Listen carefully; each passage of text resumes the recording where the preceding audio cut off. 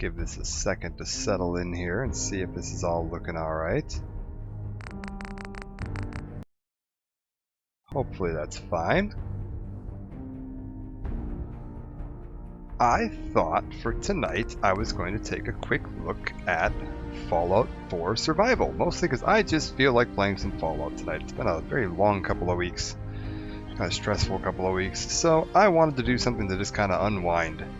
Fallout is very much my kind of like my comfort food in gaming. This is one of the Fallout and the Elder Scrolls, the big Bethesda RPGs, are just kind of my like nice, relaxing sweet spot to fall back into. I'm still gonna be doing the other series I've been working on. Like I said, I plan on coming. I know it's been off the last couple of weeks, but I'm still be coming back to Dragon Age and God of War and Mass Effect. Still in Zelda. Those aren't going anywhere, but I am very much just kind of like burnt out from work this week and wanted to do something nice and relaxing. So I figured for relaxing, we would do one of the least relaxing things you can possibly do in Fallout, which is play a new game on survival difficulty. If you're not familiar with survival difficulty, I thought it was worth bringing. That's why I wanted to do this stream. This is one of the best, like, hardcore difficulty settings that I've ever seen in a video game. And we'll get into kind of why as we go on, but in we go.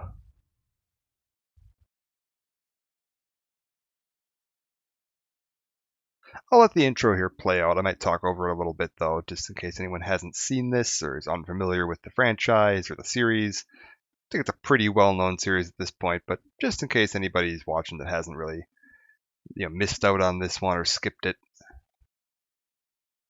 It's taking quite a moment to figure out its loading times here today. There we go.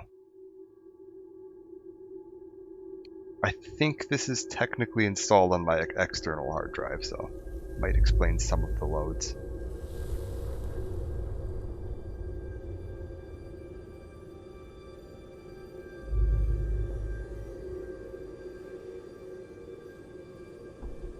War.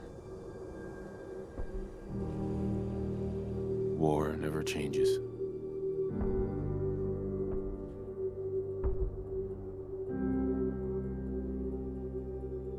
In the year 1945, my great-great-grandfather, serving in the army,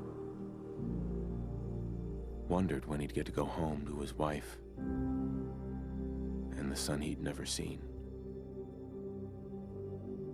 He got his wish when the U.S. ended World War II by dropping atomic bombs on Hiroshima and Nagasaki.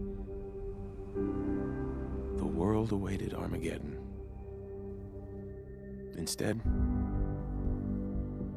something miraculous happened. We began to use atomic energy not as a weapon, but as a nearly limitless source of power. People enjoyed luxuries once thought the realm of science fiction. Domestic robots, fusion-powered cars, portable computers. Yeah, I don't think I've ever seen a behind the scenes on this. In the 21st century. Because this is obviously a mix People of from the American dream. live action and CG. Years of consumption And some led to props. shortages of every major resource. I'd be curious to see how much of this was The entire prop world based. unraveled. Like that Pip-Boy the guy was working on there. That thing didn't look like CG, it looked like a prop. Became a distant memory.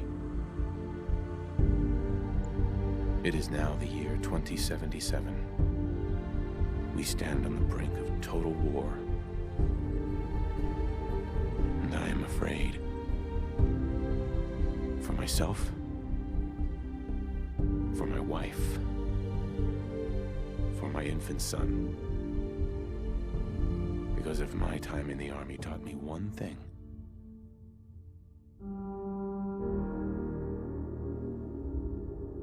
it's that war never changes.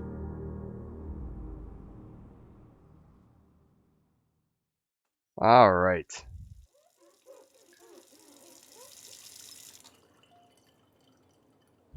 going into survival mode here. War never Oh, changes. why We're gonna is... knock 'em dead at the Veterans Hall tonight, huh? What was You going think? on there? Why was my mirror only fogging up in the Absolutely. middle? Now get ready and stop hogging the mirror. Right. I don't think I have any mods that should have affected that, but that's fine. Let's go into the face. What can we do for facial hair? Only important thing when you're going into survival mode is to make sure you've got a beard fitting of survival mode. So we need to make sure we've got a nice big bushy thick beard here. We're getting there. Well, survivalist is kind of on the... Ooh, I like the beard. Yeah, there we go. I think we go with that. And what do we want to do for... Oh wait, what's this? Well, that's adjusting his neck thickness. I don't think I want that. We're gonna go right about there. That looks Hello, good. handsome. And just for the hair, take a quick look at what we've got for hairstyles.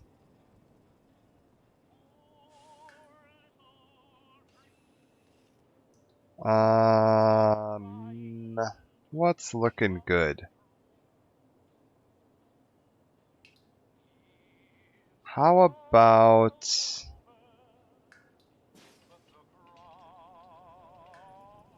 Let's go with that. A little color in your This hair? is looking pretty good.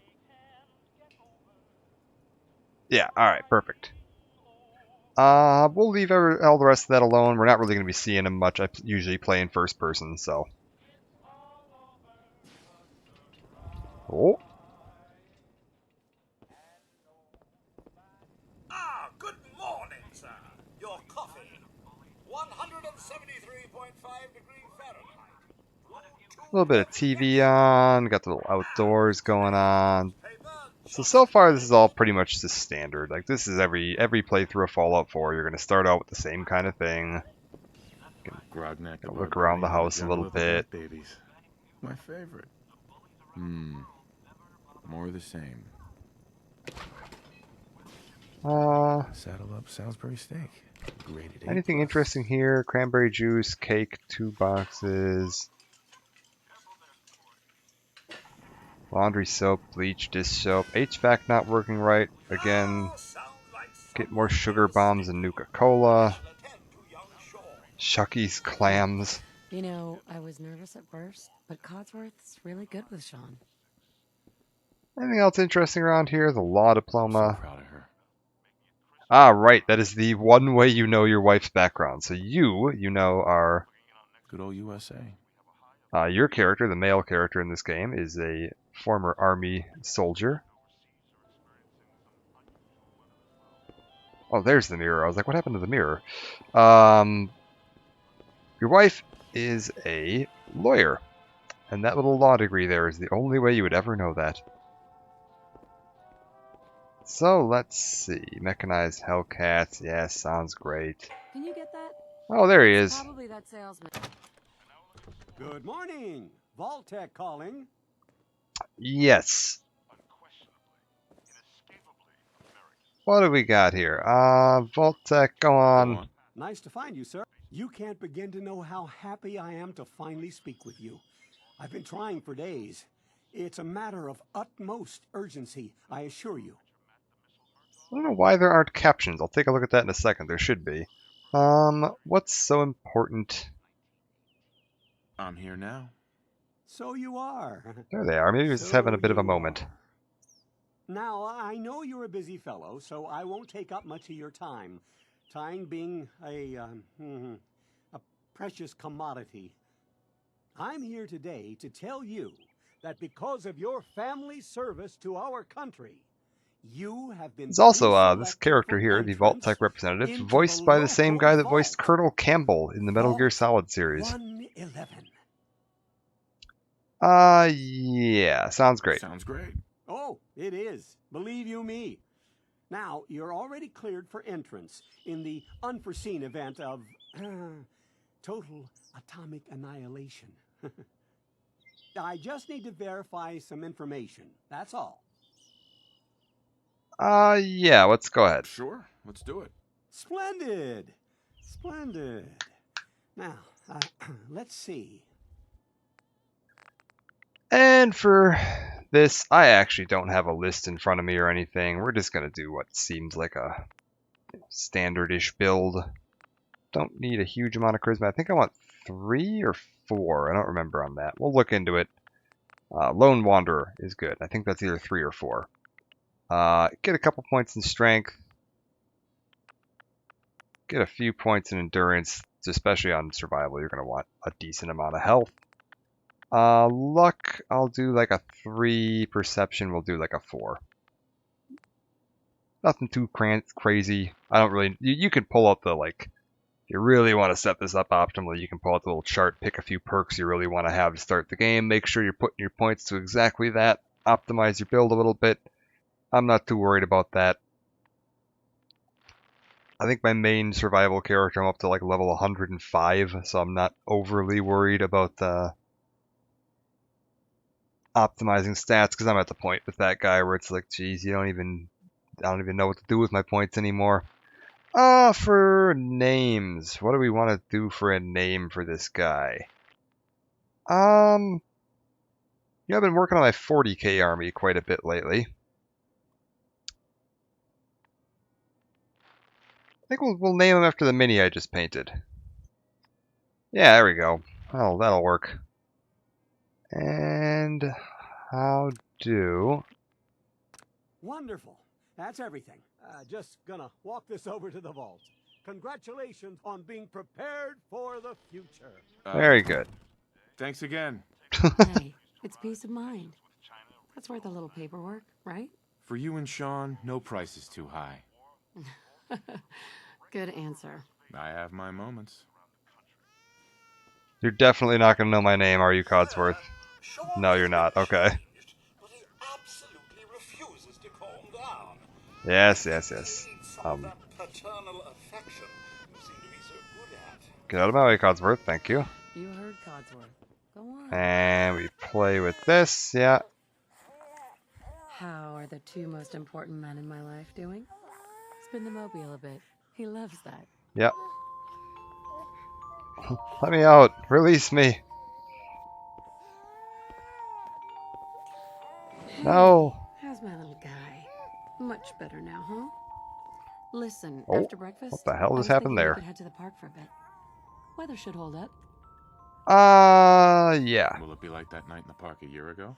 Sir, Mum, you should come and see this. Codsworth, what's wrong?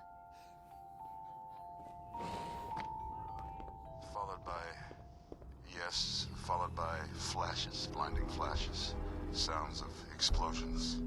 We're trying to get confirmation. What? We seem to have lost What did contact he with our say? affiliate stations. Oh, she's got the kid. Okay. We do have coming in. That's confirmed reports. I repeat, confirmed reports of nuclear detonations in New York and Pennsylvania. My God. Oh my god. We need to get to the vault. Now! I like how all of my neighbors are already out here. Alright. So we just gotta sprint our way on off into here.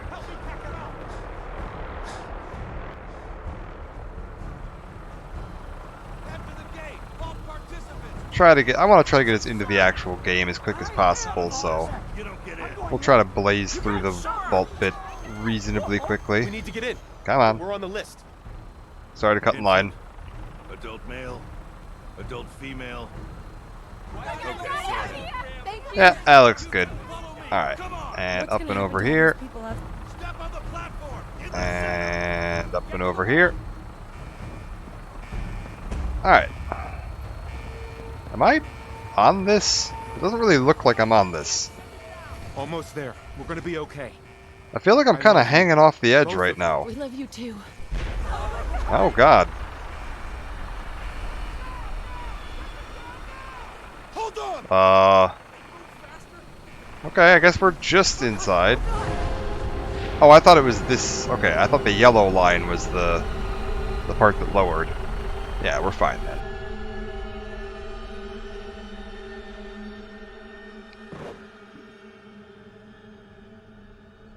Okay.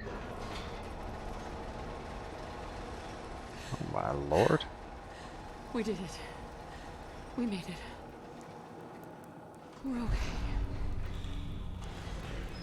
Everyone please step off the elevator and proceed up the stairs in an orderly fashion. No need to worry, folks. Come on. We'll Get get me through everyone this. situated in Let's your load new me home. in. Vault 111. A better future underground. Just this guess, so you can scarce. I've got an apocalypse to get to. Let me through. You'll need your suits Thanks. before we Oh can take wow, you hello. further. My wife What can now? teleport. Just That's a follow fantastic Dr. trick. He. He'll show you where to go. All right, you three. Follow me. Alright, so we've got the outfit. Everything we had. My mother and father down in DC. Just need to get ourselves into our cryo tube and we're good to go. Come on. Oh, we'll be going over Let me in. one off the list. Just a few medical items we have I for the believe future, right? we're the very end, or are we one in from the end? No, we're the very end. We're the very last one. Very good. Just step in here and put your vault suit on. You got it.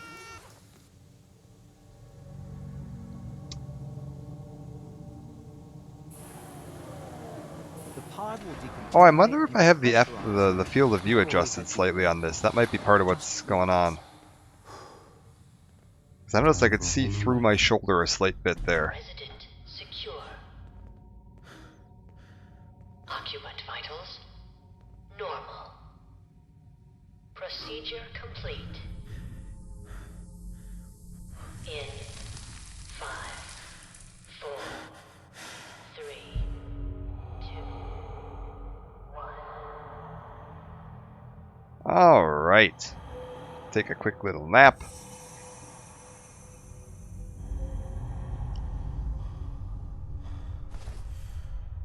And wake up feeling fresh and rested in the morning. Manual override initiated. Cryogenic stasis suspended.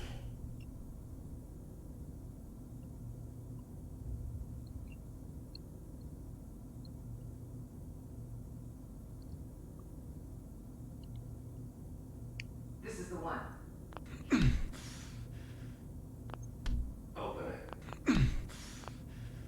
I feel like there's a way. Oh, it's when you're in the flashback. There's a spot where you can see there's the other people are awake and moving around in their pods. There's a point later where you get to do like a memory dive flashback. And for some reason, in your memory, you can see things that your character just wasn't able to see.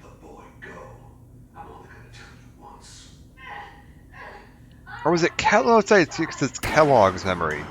Because you're diving into Kellogg's memory.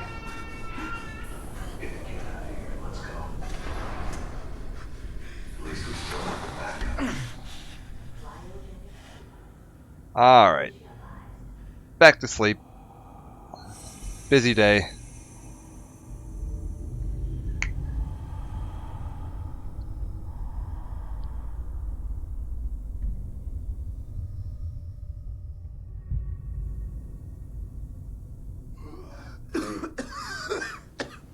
Very good. Let me out. Cryogenic array. All residents must vacate immediately. Very good. We can be on our way. Let's grab the ring. This. Come on, come on, come on. Yes, it's fine. Don't worry. Got the ring. Alright, let's get the heck out of here. I believe it's this way. We can grab this.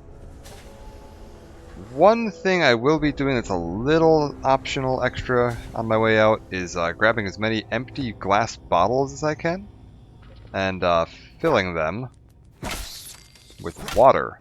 Also grab all the radroach meat, like beer bottles, we want all of those. What the hell? We want these beer bottles here, and if there's any more like Nuka-Cola bottles or beer bottles around, I'd like to try to grab as many of those as possible, because we can fill them up here for purified water. One of the new things Survival Mode added was water, thirst, and sleep mechanics, so getting fresh, clean water can get a little tricky once you're out of the vault. So make use of this while you got it. Technically, I suppose you probably could come back in here and just refill from here, but it's kind of out of the way. Ah!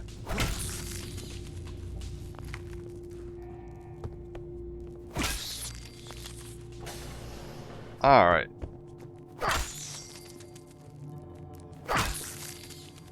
Very good. Take some stim packs. Get a gun. And open the evacuation tunnel. So we can head on out. Is there... I think there's some ammo in here. Preserved cigarette pack. That's good for money, at least. Yeah, there we go. 24 rounds of ammo. That will be quite helpful. I'll take a Rad-X as well. We've got a bed. So, survival mode. Changes it made from the normal game.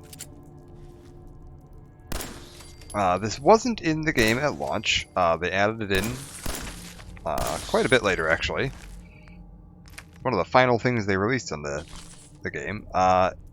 It's kind of the game's highest difficulty level.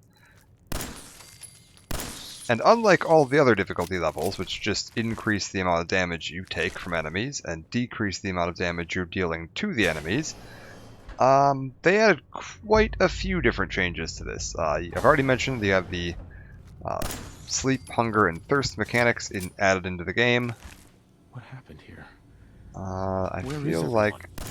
There he is. I was like, there's one that pops out from under a thing. Survival mode did something a little different. Instead of just increasing the amount of damage you take from enemies, but then decreasing the amount of damage you deal to them, which just makes for really long, slow, boring fights. It's the problem I have with Skyrim, is that Skyrim's max highest difficulties, Master and Legendary, the fights are just so tedious. Every enemy you come up against, you're just sitting there with a sword, just wailing on them over and over and over and over and over again, and it's boring and not fun, and I don't think anybody's like, ah, yes, I've always really enjoyed Legendary difficulty Skyrim. Not very interesting. So this one they did. All the damage goes up. You deal more damage to enemies than you would on normal difficulty. Or actually, I think it might be slightly less than normal, but it's substantially more than it would be on very hard, which is the next highest difficulty.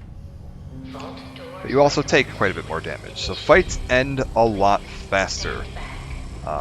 One way or the other, something's gonna die quickly.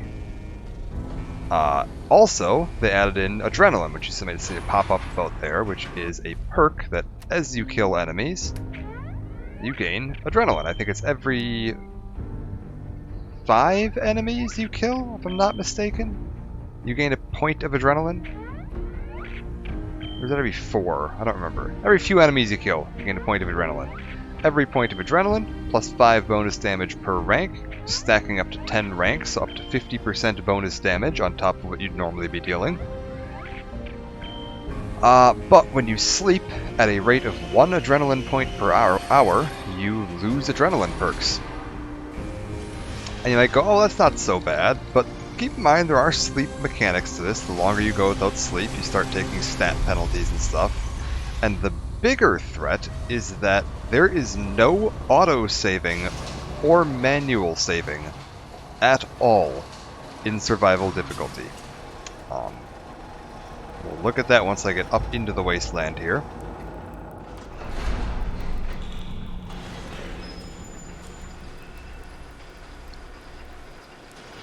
Once they let me out, I can sneak under that, that's fine. There we go. No, I don't want to change any of this. Enjoy your return to the surface, and thank you for choosing Vault-Tec.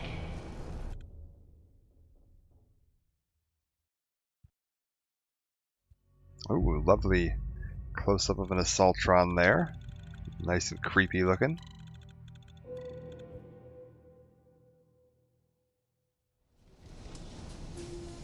There we go. Into the world.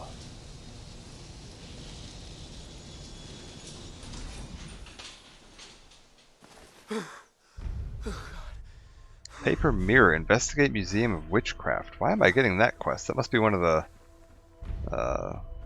Quantum Stag, area west of Zimonja. Those must be Creation Club stuff. Speak of the Devil. Yeah, that's power armor. I remember that. Alright, anyways. Can't save. So that's one of the other things. If we take a look here, you might notice quick save and save just flat out disabled. There is no auto saving at any point. The only way you can save is when you sleep in a bed.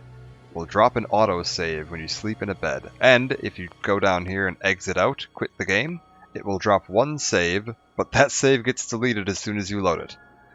So it's only there for you to just save your progress when you're taking a break. It doesn't work as like a backup. Like you can't use it as a fallback if you get killed. We're going to go actually drop a save right now, just because I don't want to redo all that nonsense. If I die, that would be quite annoying. Also, you know, fall damage, everything else is increased. You do just generally take more damage than you would in most difficulties, so got to be a little careful here. Doing a flying leap off that cliff probably wouldn't be a great idea. I don't plan on starting the actual main quest line right now. We're just going to kind of ignore Codsworth there. And is there a bed in here that I can use? I'm really hoping to God there's a bed in here I can use. Can I use this settlement? Yes. Okay. Very good. I was like, good God, if they don't give me a bed, that is going to be quite annoying. But no, we're fine. We can just go over here and scrap my old bed, scrap the rug, and that should give me enough to hopefully slap down some kind of bed just so I can sleep and get a save dropped. So we'll go ahead. Sleeping short amounts of time could cause some health risks because there's disease now in the game, which wasn't in the base game at all. But yeah, you can get these lovely diseases that can cause all kinds of horrible things to happen to you. It's a very interesting way that mechanic works. We'll get into that as we deal with diseases more, but sleeping short amounts of time, one of the ways you can catch diseases. Don't want to do that. You got to keep your immune system healthy by getting a good amount of rest. On our way out here, you know what? I think we're actually, instead of following the main path that I usually take, which would be out there, follow the whole kind of main plot line. If we look on our map, we're kind of up in the corner here. And the game's going to kind of want you to head down this way, deal with some stuff down here, kind of head along down here, head along down here, head into the city. You're going to kind of pass through this area into the city here, and you're going to be doing some quests around there for a bit. It's going to send you on a big path out to the west, and then that's kind of the main, you know, then down here, bouncing back and forth between here and there a little bit. You're going to do a little bit down here, and then that's kind of the end game. You pick where you want to go. So you don't really spend much time, like, up in this part of the map, and you really don't spend much time down here, and you don't really spend too much time in this sort of middle section over here. So I thought we'll just kind of poke over there for a bit. Go explore some bits of the map that you don't see as much. Other things to keep in mind with survival mode, with the disease factor, is water. Being in contact with dirty water can expose you to diseases, can get you sick. So we're going to try to stay out of water as much as I can. Like here, we're just going to walk along this log and jump over there. Oh, I see a blood bug.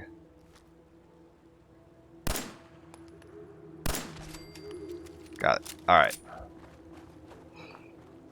Keep our eyes open for meat. We're going to need that for food. Blood bug. No meat. Great. Jump over to here. Oh boy. We've got radiation. I do have glowing fungus over there though, and glowing fungus is really useful. Let's stay away from the barrels a little bit. Just try to get a look at what we're dealing with.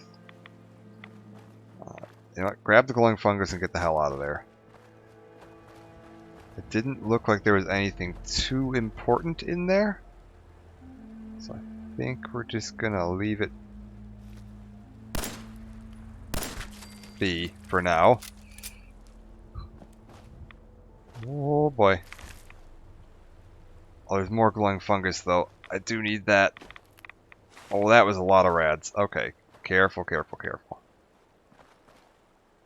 Oh, there's a health kit in there, but it's not worth getting more rads to get a health kit. Because, like, what's it gonna have?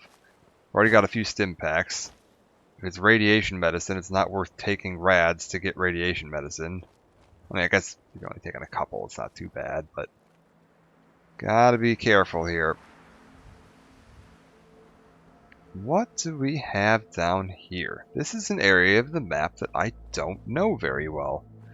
Don't pretty much ever have a reason to come over here. Like, I can't think of a single quest that would ever send you into this part of the map.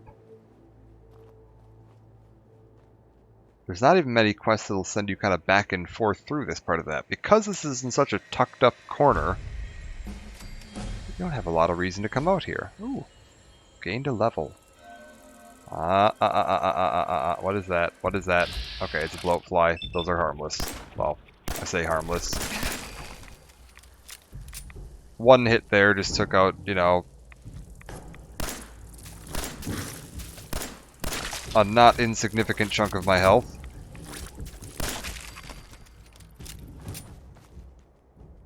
Alright, 2 hits and I lost about 25% of my health from one of the weakest enemies in the game. And there's, as you may have noticed, no health regen. In normal Fallout 4, you do slowly regen a little bit of health over time. That's not happening. Nice. Permanently take 5% less damage from melee attacks. That's quite good.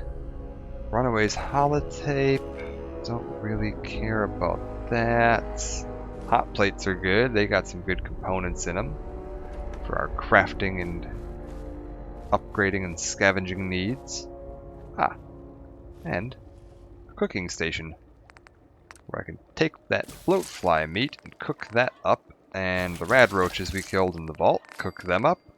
Good. We've got some food. So if we get hungry or thirsty, we do have some food here to help us get by. Oh. Well, there's something over there. I don't really see much that way. Let's go see what this is. Is this... This might be Wicked Shipping Storage?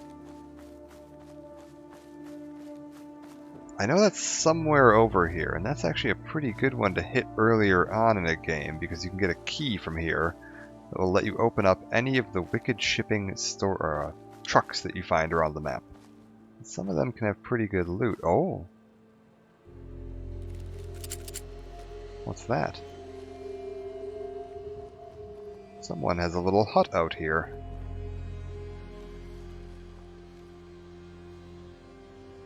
Just be careful. Okay, I see a couple of bloatflies over there, so I don't think...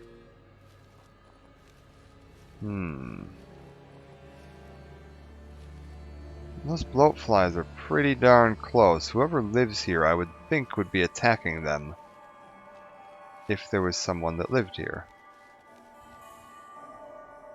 This is, I believe, the Abernathy Farm, so that's safe. I don't know what this hut would be. Like, I can't think of anyone that lives that close to Abernathy Farm. It'd be very odd to have, like, a bandit or a raider. Is there a raider camp this close to the settlement? Oh, jeez, I don't like this. Okay. Okay, here's the plan. We're gonna take a quick peek. Just keep my hand on the trigger. Oh, I don't like those bloatflies either. If those bloatflies suddenly get pissy and decide to fly over here, I could take a lot of damage in a very short amount of time. Oh, oh. Yeah, there's nothing in here. Alright. What is this? I have no idea what this is. It's free beer bottles though. Take that.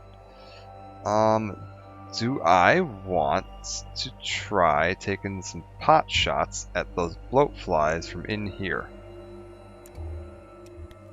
That could maybe be worth it. I've got a decent amount of cover here, right? Oh, this is a terrible idea.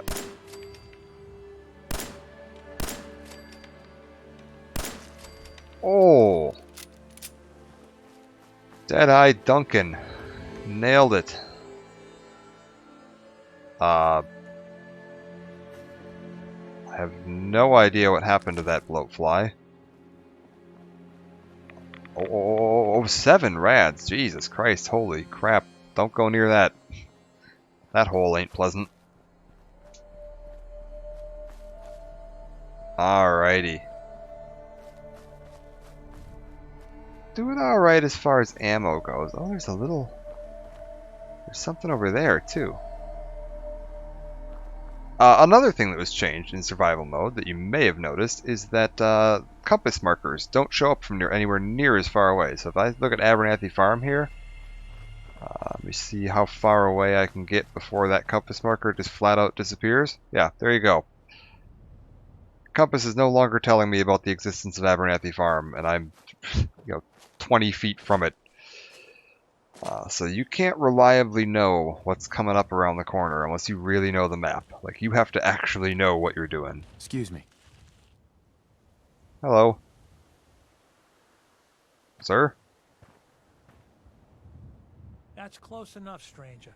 We're a peaceful farm. We don't want any trouble. Yeah, I'm friendly. It's okay, I'm friendly. Not looking to cause any trouble. If you say so, but be warned, we're armed here. So don't try anything. Let me tell you, farming ain't easy. Out in the field all day, every day, and every minute of it spent watching your back.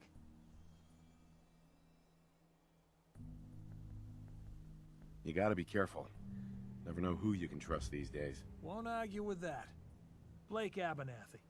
Been ages since I've seen one of those vault suits around. You new to these parts? Yeah, I mean, I've been around. I've been around. Good to see a new face. How about you? Ever think about working the land?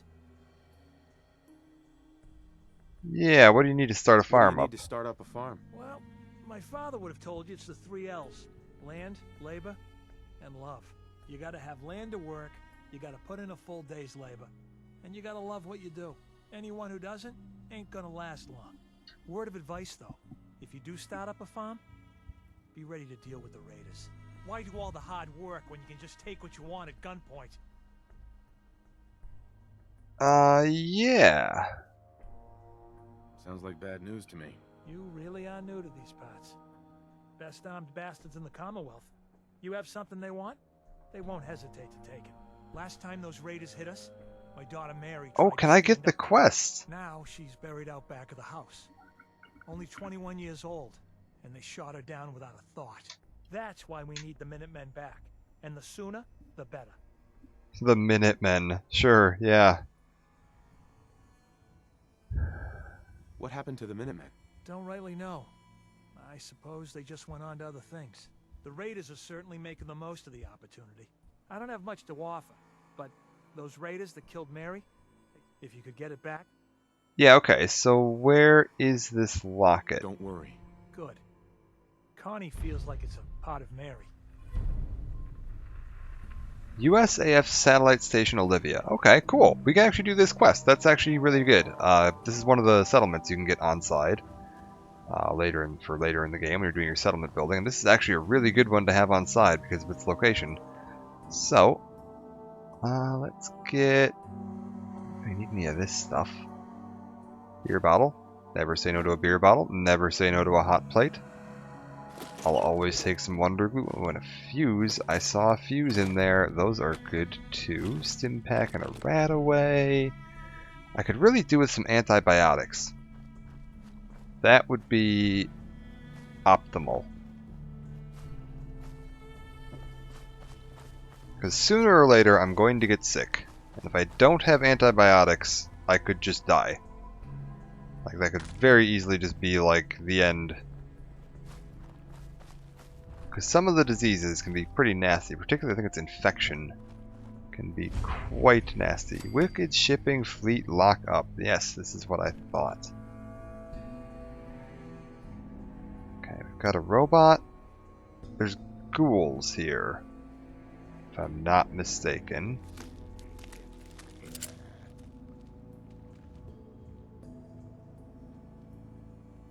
Okay. We're alright. I believe...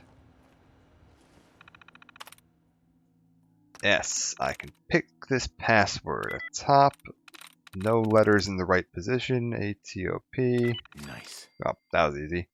Protectron. We can go ahead and choose a personality. All have different things. Subway Steward looks for people who have a subway transit pass or token. If you have one, they won't attack you. If you don't, they will. Law enforcement, anyone who is engaged in what they consider to be illegal activity, which includes firing a gun. So if you shoot an enemy first and the law enforcement or Protectron sees it, they will shoot you. But they also will shoot any enemies that attack you. Fire Brigadier attacks any hostile targets but will leave you alone. Medical Responder will attempt to heal you if they see you getting damaged, and Construction Worker is just a melee thing that runs around trying to punch things. I tend to find Fire Brigadier is your best bet if you just want a good all-around safe bet. So we've got Fire Brigadier loaded. Go ahead and activate him. And take a step back to try to keep myself out of this as much as possible.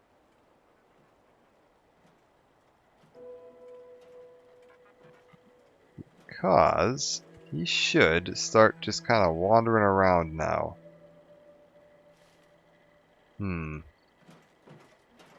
Oh, I think he figured out the ghouls. Also, let's take a look at something here. I noticed that I had a level. Did I get exactly where I need to be? Yes, level 3 Lone Wanderer. Very good. And then we went a little higher than we really needed to, but that's fine. Step 1. Lone Wanderer is an amazing perk. 15% less damage, increased carry weight by 50%. As long as you are traveling without a companion. Excellent perk.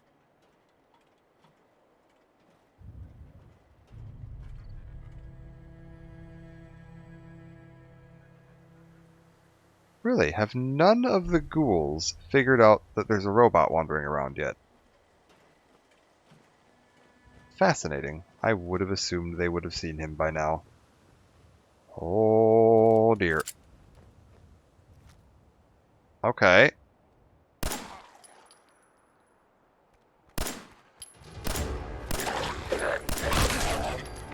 Oh my god. Well, I'm about to die.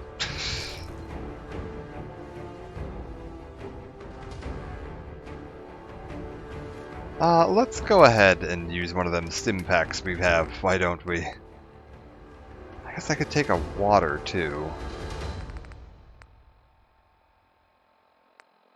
Yeah, you know what? We'll do a water and a grilled rat roach. You heal over time in survival difficulty. As you may notice, that stim pack did not kind of instantly top up my health, or it does not technically not instant, but relatively quickly top up my health. It takes quite a bit of time for healing items to do their thing in survival. If you look down the lower left there, that kind of faded out section is what it is going to heal me to, but it takes quite a bit of time for it to slowly tick its way up there. We can slip past this real quick. Probably should have checked to make sure that guy wasn't, like, alive. Oh, no kidding. It's Gary blocks. That's cute. Gary's a Fallout 3 little Easter egg. I don't think I ever noticed that before. Ooh, get out of there.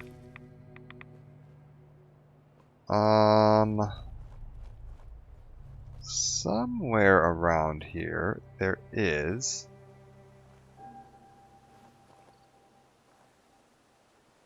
the Wicked Shipping Storage Key, which will let me open up the backs of all those trucks. Oh. Take it easy. I don't want no trouble. I'm willing to waste a couple of bullets here and there if it will keep things safe. Used oil can, that has oil, that's going to be good. Flip lighter has oil. Aluminum can is aluminum, which gets to be quite valuable later on in the game. Make sure we're grabbing all of that stuff. Stim pack and a purified water, yeah, those are good. How are we doing on weight? 30 out of 155, not too bad. Another change in survival mode, massively reduced carry weight. So you are not carrying around anywhere near as much stuff as you would be in the sort of default game.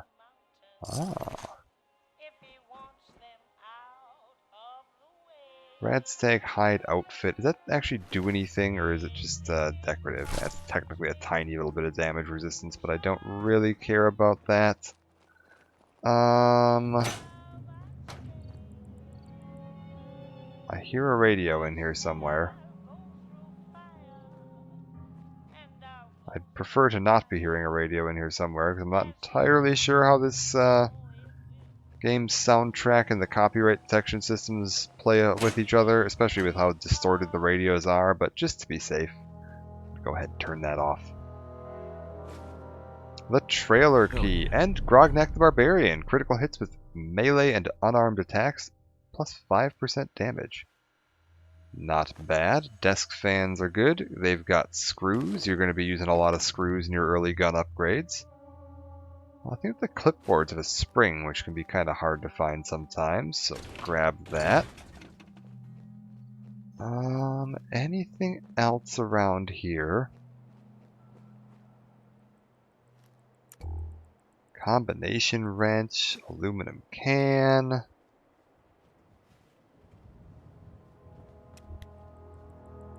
Some gas containers for oil. Anything else? I see an aluminum can over here. The aluminum cans you can usually pick out from the like steel cans or tin cans because they're a heck of a lot shinier. They've got like reflections kind of mapped onto them, which the regular cans do not. They are just flat silver.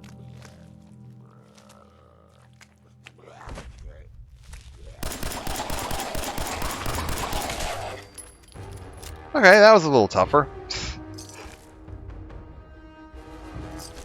Feral Ghoul Roamer.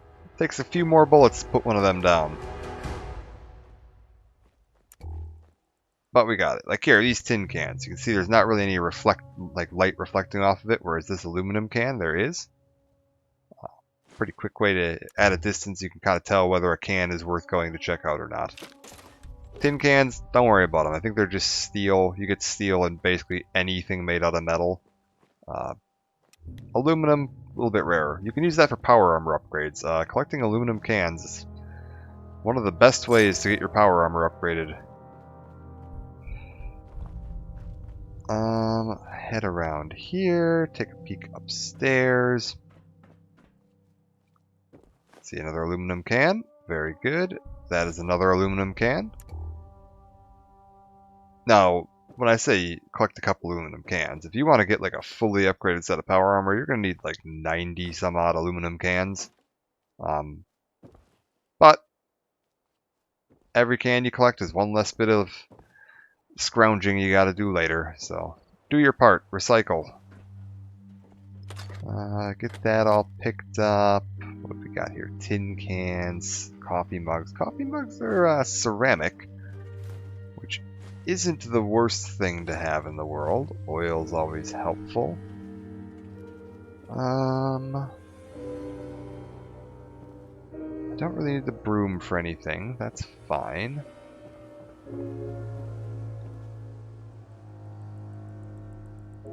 I see someone on the roof over here. What is this? Just a bunch of pre-war money. Just paper, but pretty lightweight. Might as well take it.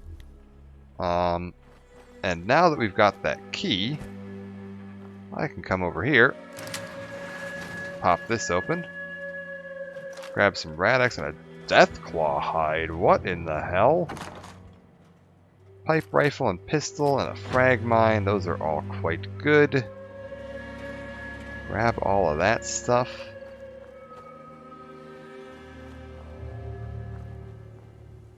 Let's take a look at what else we've got around here.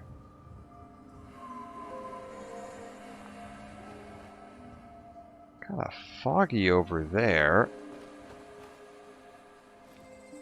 Stay hidden. So that's the little crater where I shot those bloat flies from that little cabin. And this was the road that was kind of behind the bloat flies. So the road's bending down that way. I don't know this area. That little dam I know, because I remember fighting some super mutants on there, although I doubt there would be super mutants there if we went just yet. They kind of... The game spawns things a little weird. There's a lot of areas that it won't spawn certain enemies until you've kind of encountered them through a fixed story mission.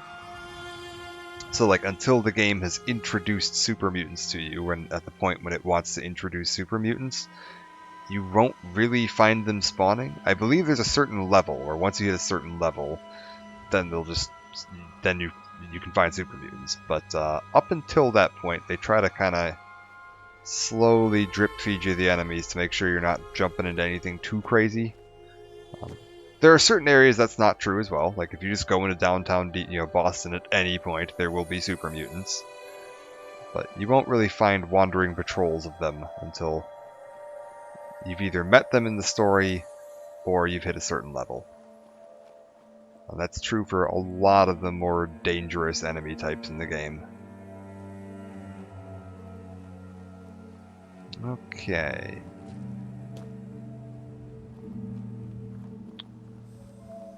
Bit of an odd catch-22 on whether you want to follow roads or not. Following roads tends to be a little less, like, enemy-filled.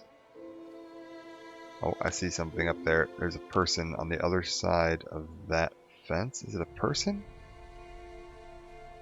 There is something up there. Right down there. Okay, what is it? What is it? I could see something moving on the other side of the fence.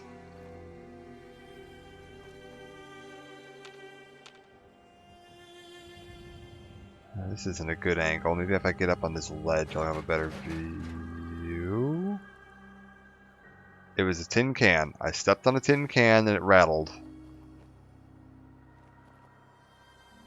Oh no, there's definitely something over there because they just turned a fire on.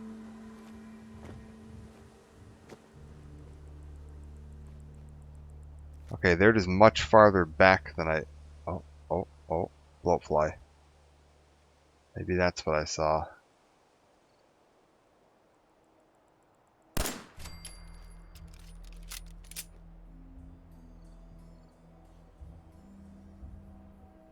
But there's something back there too. You can see the orange glow from the campfire.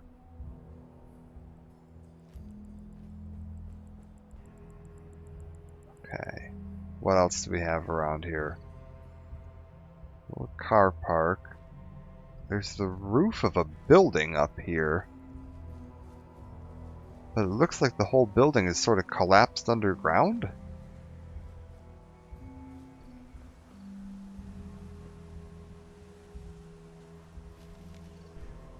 Yeah, a tree fell through it, it looks like. Anything here worth looting?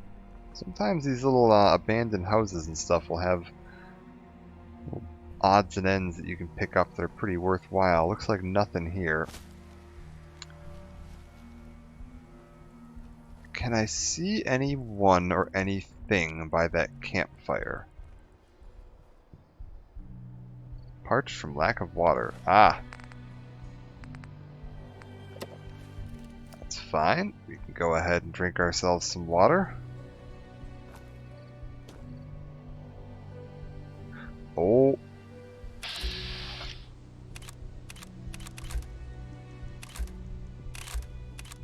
That's a pack of wild dogs. Okay. No, no, turn that off. We don't want to put the flashlight on just yet. 10mm pistol. Base damage 19, 14, 14. Fire rate 55 to 46.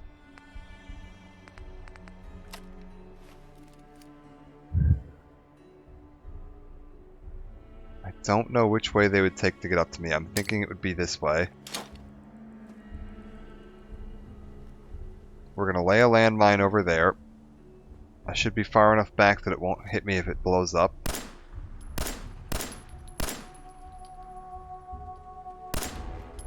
I guessed wrong.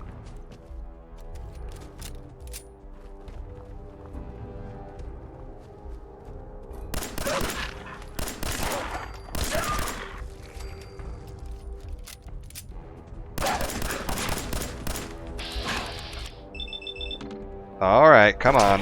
Ooh, boy. There's still one after me. I don't know where he is. Careful with the landmine.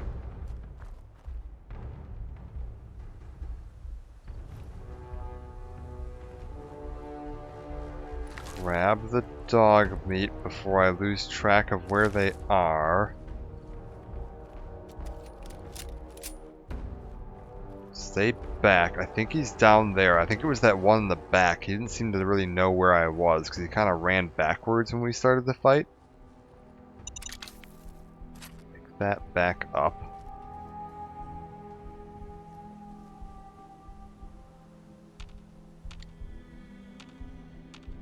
Where is he? There's one more dog that I can't... Ah, there he is. He just found his way up here.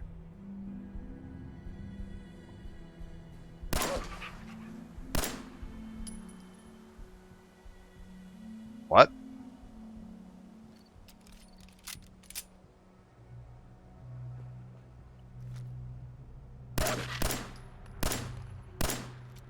Okay, come on now.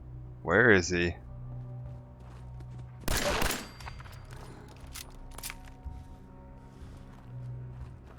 Okay, got all the dogs down. What is over here? Also, I want to go back into this little parking lot I saw, because in addition to a couple barrels of radiation that I don't really want anything to do with, there was some glowing fungus, and I do want that. Glowing fungus, always worth grabbing. You can use it to make antibiotics. When you're playing on survival mode, having antibiotics can keep you from dying. And it can be quite hard to get a hold of early game. You can be really struggling to find antibiotics. Later in the game, you have enough means of either collecting them, farming them, crafting them, or buying them that it's not too big of an issue, but early game it can be really punishing. If you catch a disease and don't have any antibiotics, that can set you back hard.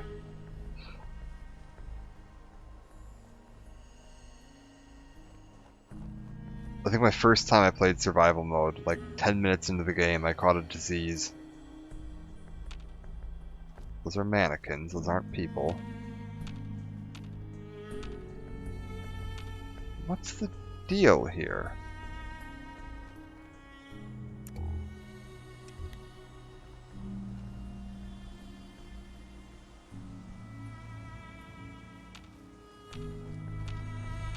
Can't just be empty, can it?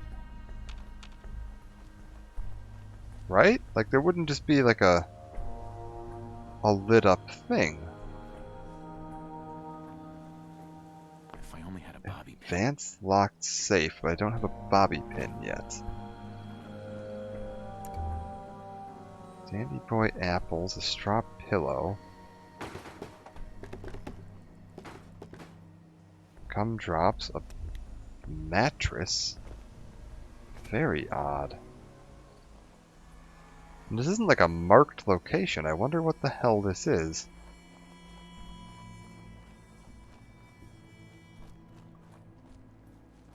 Well, let's head on up this way for now. See if I can get a bit higher up and take a look down on that lake. So I can find out what's going on around here. You can just off in the distance there see like Lexington and the Corvega factory.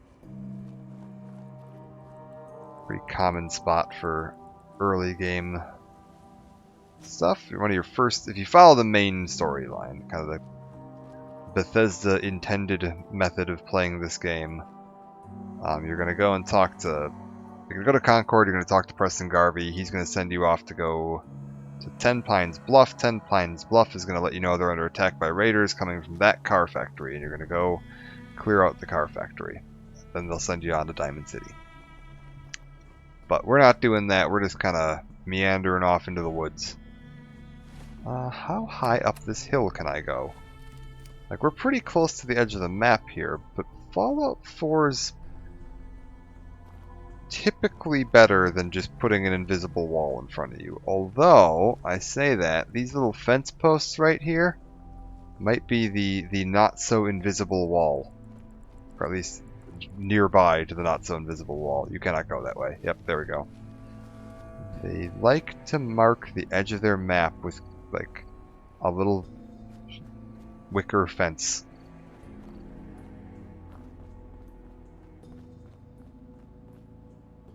Peckish from lack of food. You don't say. Alright. How about...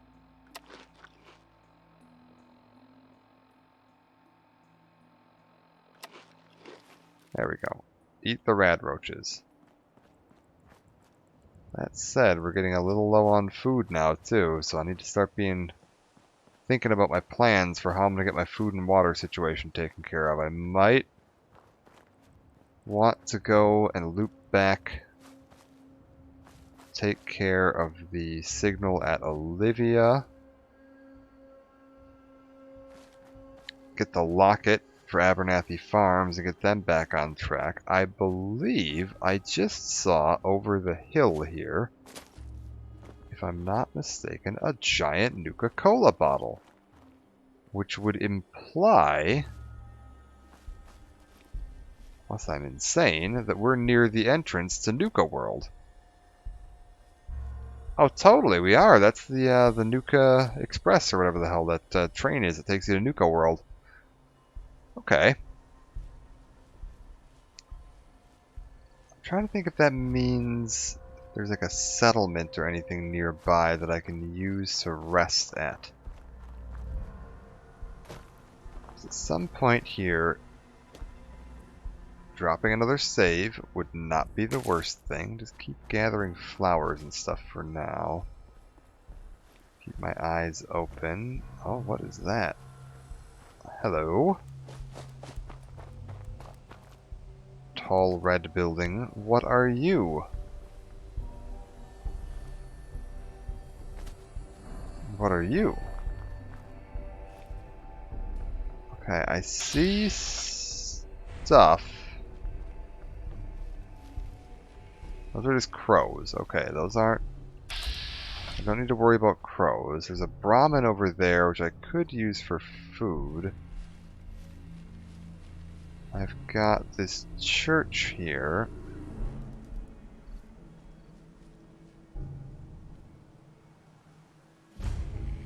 The Lonely Chapel.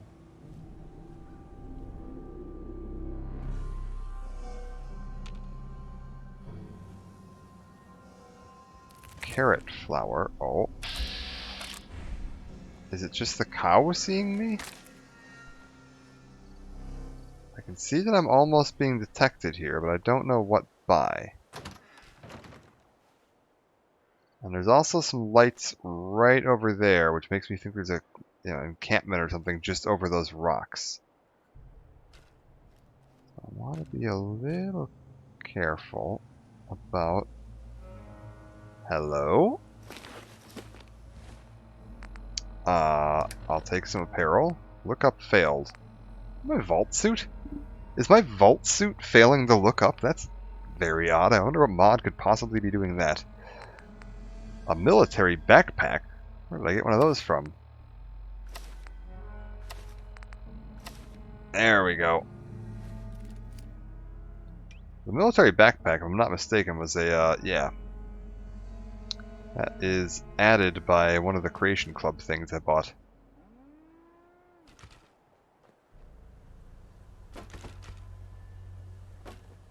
What the hell is this chapel? We've got some soldiers. They were inside here. Yeah, these are all soldiers. Brahmin meat. Anything up on the podium? No. This is odd too, because this actually is a marked location. That's just a brick, isn't it? Yeah, okay. Interesting. So there's a couple civilians, a few soldiers, some barricades set up. Is there anything outside? It's very odd there'd be a marked location, but like nothing at all there. I guess this must be one of the exceptions, though. What's this little hut here? Anything? No? Okay, well, I want to see what this little set of lights is, at the very least. That looks like a full-on raider camp to me. Like, that looks like a problem.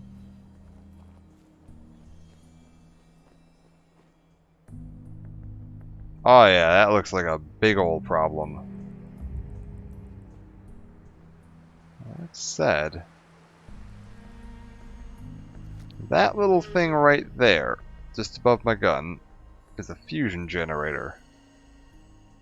I can see one guy walking around, make that a guy and a dog. There's a turret right there, which I'm assuming will be activated if I get spotted by that light or any of the enemies. But that fusion generator... Can I get down to that fusion generator quietly? Oh. Yeah, Raider Scum. That's the upgraded version too. They're nasty.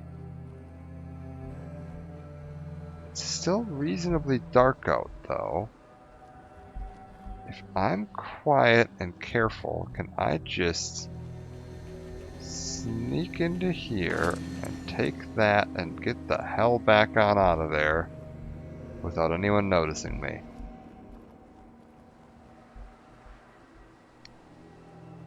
Yes. Yes, I can. Oh, there was another turret on the roof of that building that I hadn't noticed on the walk-in. That's alarming. That could have ended poorly. Oh, was it kind of like tucked behind from the angle I was approaching at? It was. Oh, wow. Yeah, that could have ended real poorly. Alright, well, I'll take the fusion core. Those are going to be handy. Oh, jeez, we're low on water again. Alright. Let's take a look at the map. Where is Olivia? That's the one up to the north. Oh, that's not great, is it? I'm not really anywhere near that. I've got some random buildings over here. I've got a windmill on a freeway overpass. That might be gunners. They like to build their little bases up on those freeway overpasses. Oh yeah, that looks like gunners for sure. Yeah, I think that's their logo too. Alright, so don't go that way. Gunners would fuck me up real good at this point in the game. Sunshine Tidings Co-op.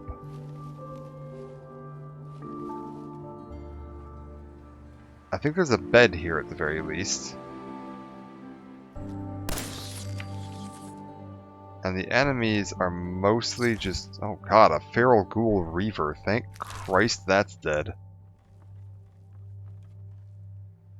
One of the toughest types of feral ghouls you can get as far as base ghouls go. Like there's withered and whatever, the really, really nasty ones later. But as far as just regular, you know, feral ghoul with a name after it, reaver is about as bad as it gets. Alright, what have we got? Free the robots.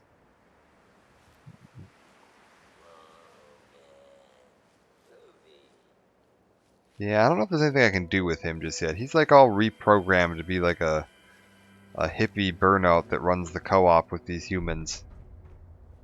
I know you can like fix him, but I don't know if there's any advantage to doing so. Oh, that's a... okay, those two are alive.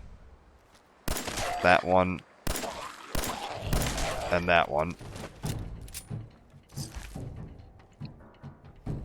So be a little careful with that. Wasteland Survival Guide. Permanently collect extra meat from animal kills. That's gonna come in helpful. Yes. Anything else? Brain fungus, we're gonna want that.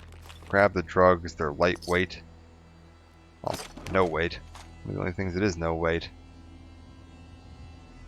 Oh, hey boss, how's it going? Yeah, the cover art on these magazines is phenomenal. Rad-X glow-sided heavy welded Raider chest piece. Hello, what is that? I'll take that. And glow-sided heavy. It's better than what I've got. Gold watch. Keep my eyes open. It's been a while since I've saved. I would prefer not to die.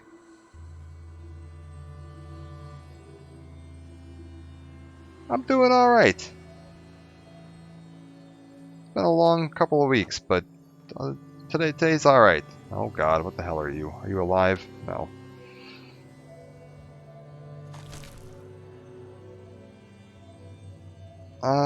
Where are we at?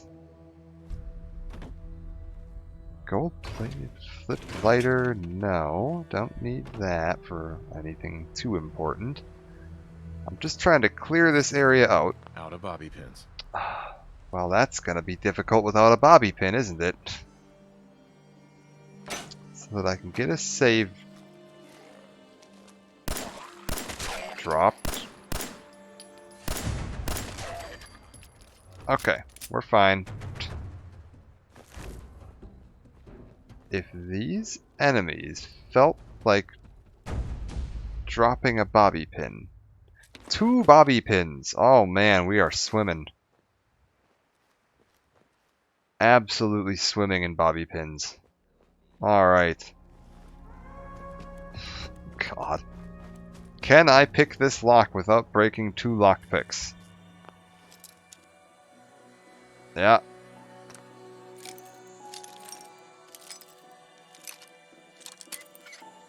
Okay, a little farther. No, a little farther. Back a little? That's 1 down. Is it like all the way over here? Yes, okay. Yes. Whew. Oh, Jesus, don't take my hands off the controller. That would be bad. Keyboard and mouse, but...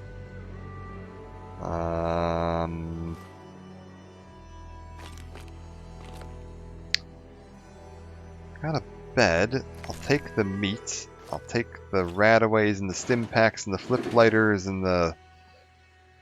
anything else? Ceramics, I will take that. I'll take a surgical tray. Okay, we've got our little far out robot dude over there. Let's cook some stuff up real quick.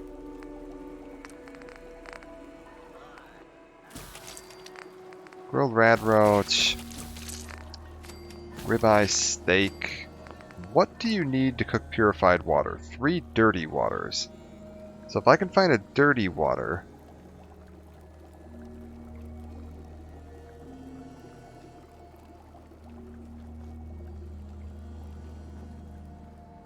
I mean, from what I understand, those love locks people hang on bridges actually can eventually, depending on how many there are, can lead to like structural integrity failure on the bridge. So I would say it's perfectly morally acceptable to practice lockpicking on those. Lockpicking is actually really fun. I know how to do it because a friend of mine bought me a set of lockpicks and a little instruction booklet as a Christmas present one year. You can actually buy a lockpicks and instruction book and a practice lock, where it's like a lock core, but with the pins visible, so you can actually see what you're doing. Just from like Amazon, they're not like, well, like I suppose in the U.S. they are not illegal to own. I don't know about the specific restrictions in other countries. You should probably check on that yourself to make sure you're not violating any local laws. But like, yeah, as long as you're not doing anything illegal with them, over here they're fine with you knowing how to use them and have them.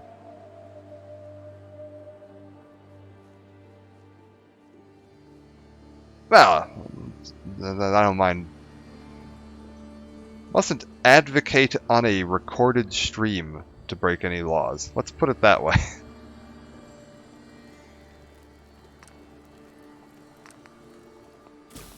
I would certainly never suggest that anyone learn how to use lockpicking for potentially less than legal uses.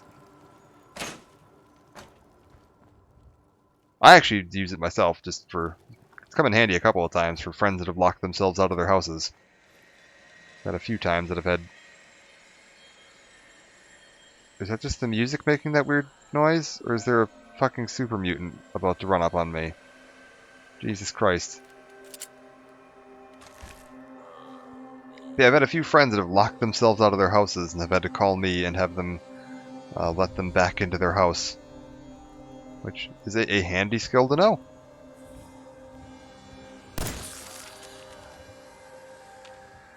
Really? You're not... I thought this one would get up for sure. Alright. Are we done with all of the ghouls in the area, or is there a few more in here?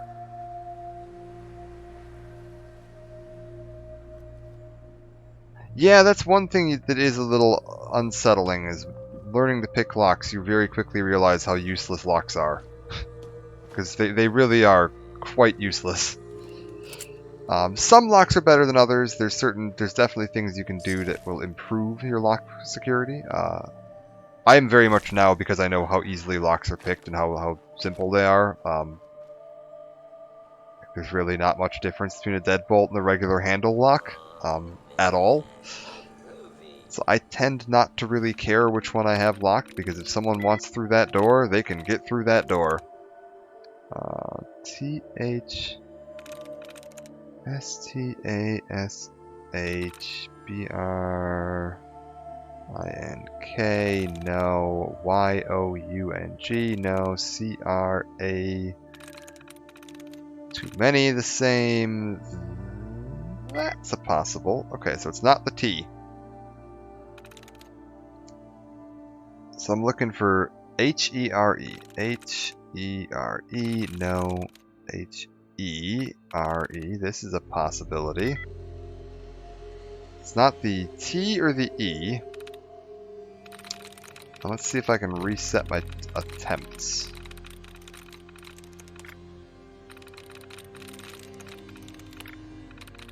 I don't suppose you'd like to be nice and reset my attempts game, would you? I'm looking for open and close brackets, parentheses, or carrots. Try as reset. Okay. H-R-E. Try you.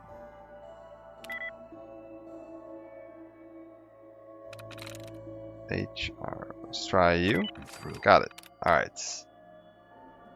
So. Log. We finally sprung a slave from the squares. Bleh, Alan. We finally sprung a slave from the squares for our Freedom Farm Co-op. A Mr. Handy from the Nottaville suburbs.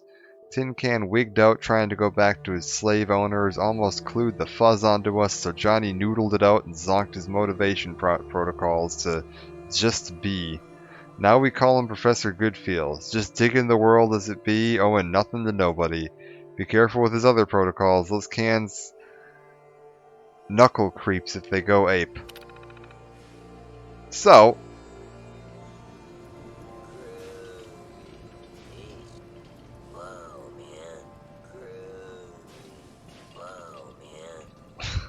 we've got this robot here that these guys kidnapped because they wanted to free all the robot slaves. And when he wanted to go home, they lobotomized him and turned him into a burnout hippie.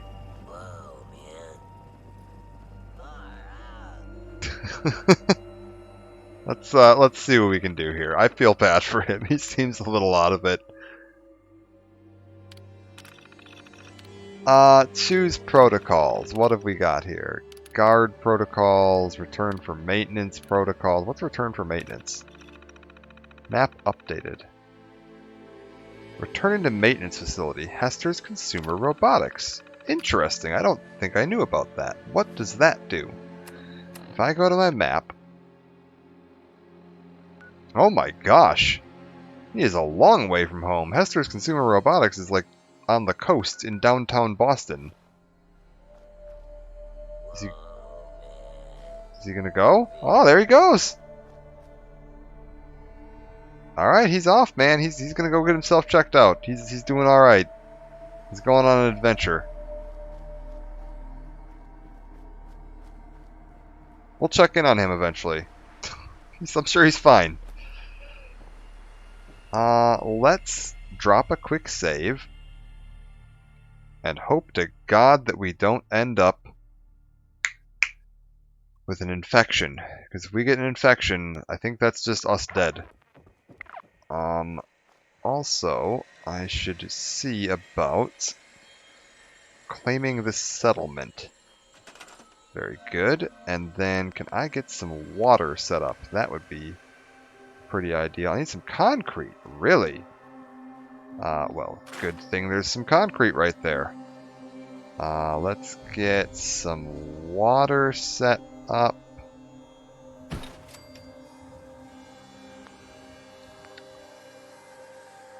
I don't really need any food set up right now, although a cooking station would not hurt. Crafting? Cooking station?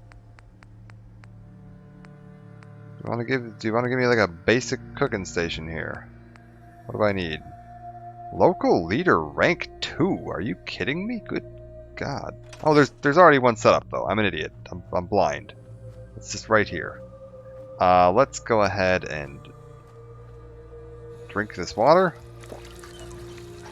You know, if I was smart, I would have just done this before I went and filled up all my water bottles with the dirty water and then cooked them into purified water, but it's fine.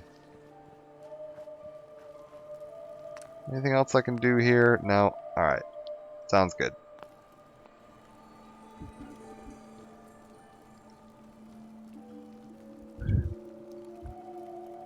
I think we're going to take a quick trip north across this.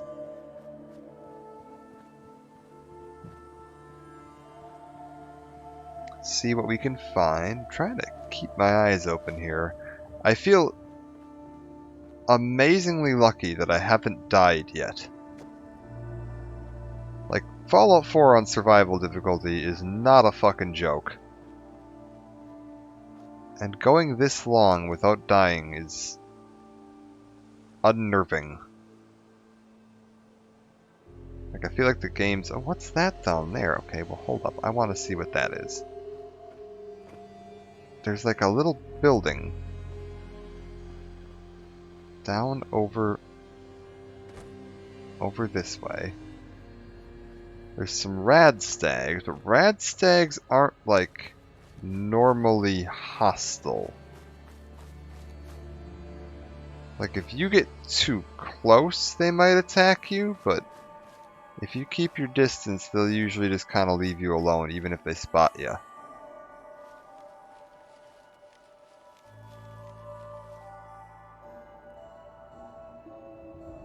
I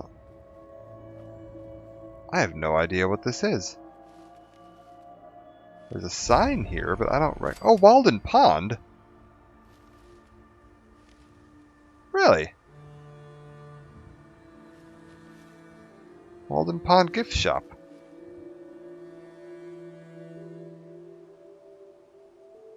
I don't trust that monkey. They can set off traps. Like that makeshift bomb on that counter right there. We're gonna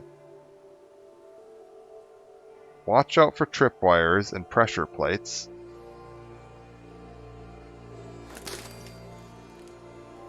Grab that. Grab the aluminum can. See if we can unlock this suitcase.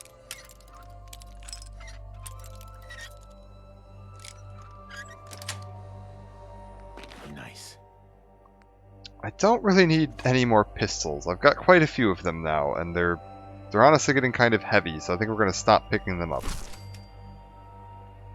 Okay. Carefully hop up onto this.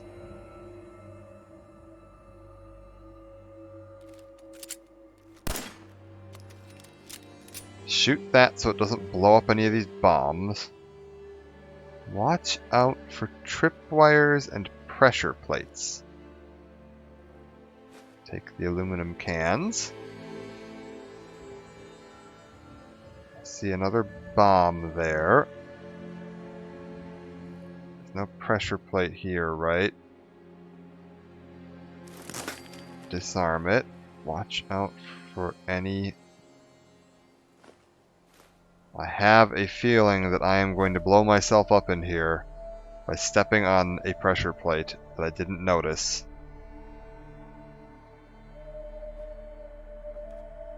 Okay. Nothing here. What set them off? This is what scares me, is that there's a bunch of bombs here, but I don't see any obvious trigger mechanism. So I don't know what sets them off.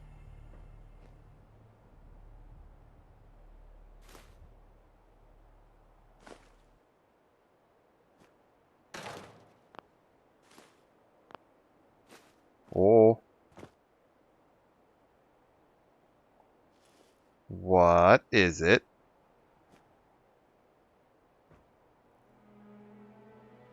I'll take the caps. Overdue book, a hot plate, those are good. Gift shop basement, master locked. What the hell? Note to Tweez. If you're reading this, then you are an idiot. This is the last time I tell you we're locking this door. Use the entrance in the sewer pipe. Next time you forget, I'm locking your ass out permanently. Walter. Okay, well now I gotta know. Right? Like... empty paint can. Okay. They're using the entrance in the sewer pipe. Automated tour? Hello, and welcome to Walden Pond.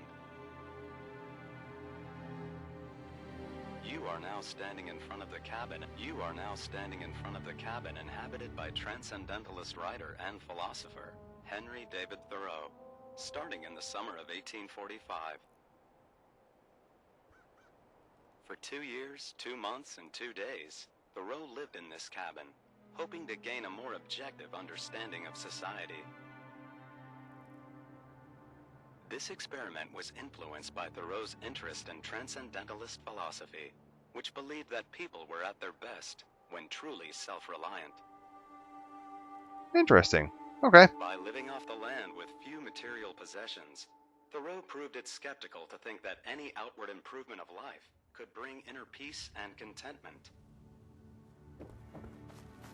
For more information, please visit the gift shop and purchase one of the many books on transcendentalism. Also available, t-shirts. What do we have here? Ah, there's the sewer pipe. Okay, so I've got a irradiated pond and a drainage pipe.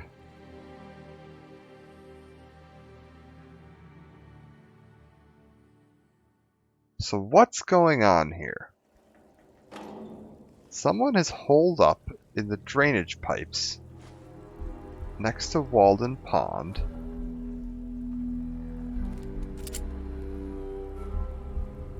They've bombed up the gift shop. I didn't find a trigger mechanism anywhere, although it may have been that monkey, and I just happened to guess correctly and shoot it before it had a chance to set off the trap. Okay, that's a mannequin. But there is a light up ahead. Oh.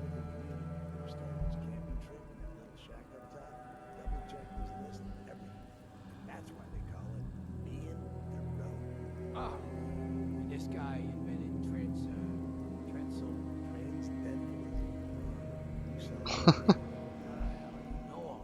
I read a book that one time when we ran out of grog bags. I wish I could read. Oh my god.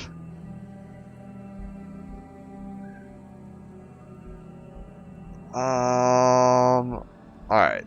So these guys are down here discussing Henry David Thoreau. DB Tech. Still? Uh-huh. And what? You just gonna leave us to twist in the wind? I think it's the right move. Yeah, Bosco's a little out there, but they got that school locked down. Bosco. Seems a good place to go. At DB Tech. Stupid idea, man. So Tweez is planning on leaving to go join up with somebody at DB Tech named Bosco. Speaking of Tweez. Good night.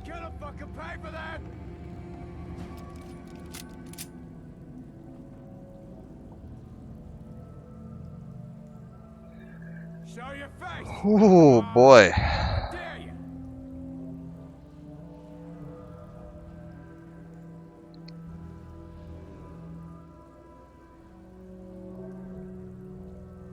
When you turn up, you're dead. Must have just been the wind. No sign of him now. Alright. And Bear is... There he is. Alright.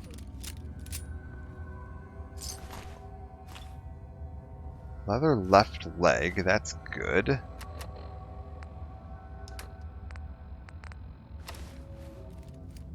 What have we got down here? 45 caliber rounds, Molotov cocktail, a hunting rifle, that's really good.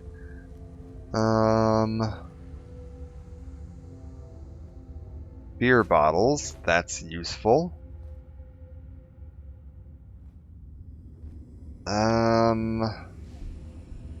Bourbon, I don't really need any of that. I'll take the jet.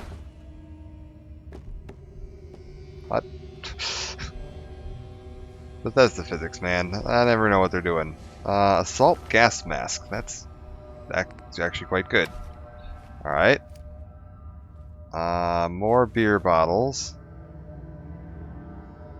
Disarm these chimes. Okay, there's still someone down here. You can see the brackets shuffling. Oh. Whiplash. Hearing shit. Oh god.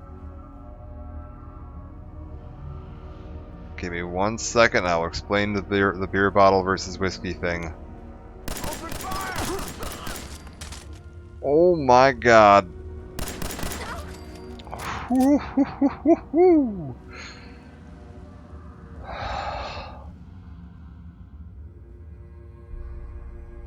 Okay, gift shop key.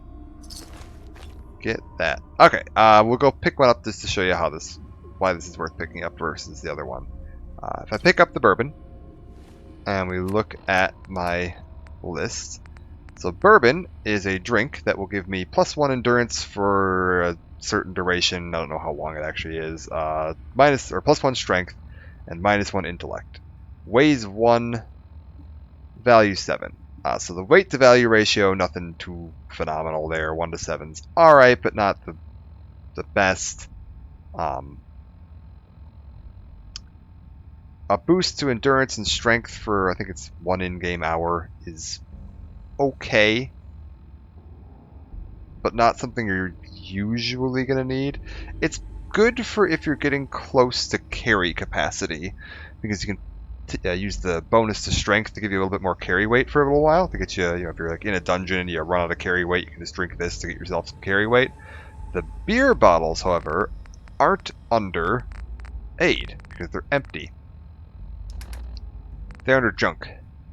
And you can turn them into glass, which is okay, but more importantly, you can fill them up with water at any water source, and it will give you bottles of the appropriate type of water, either purified or dirty water.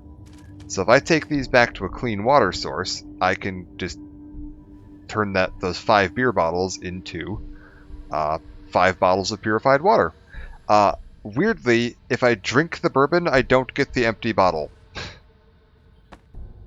I must drink, just eat the bottle. I just take the whole bottle, shove it straight down my throat. Because, yeah, you don't get to keep the empty bottle. You do with, I think, Nuka-Cola bottles. I'm pretty sure those ones you keep. Oh my god, antibiotics. That is a lifesaver. But yeah, the beer bottle, the whiskey, the bourbon, the whiskey, not really worth it.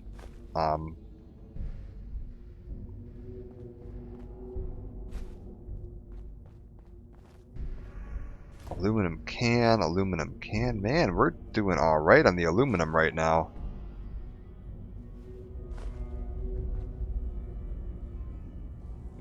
Silver pocket watch, duct tape, more aluminum.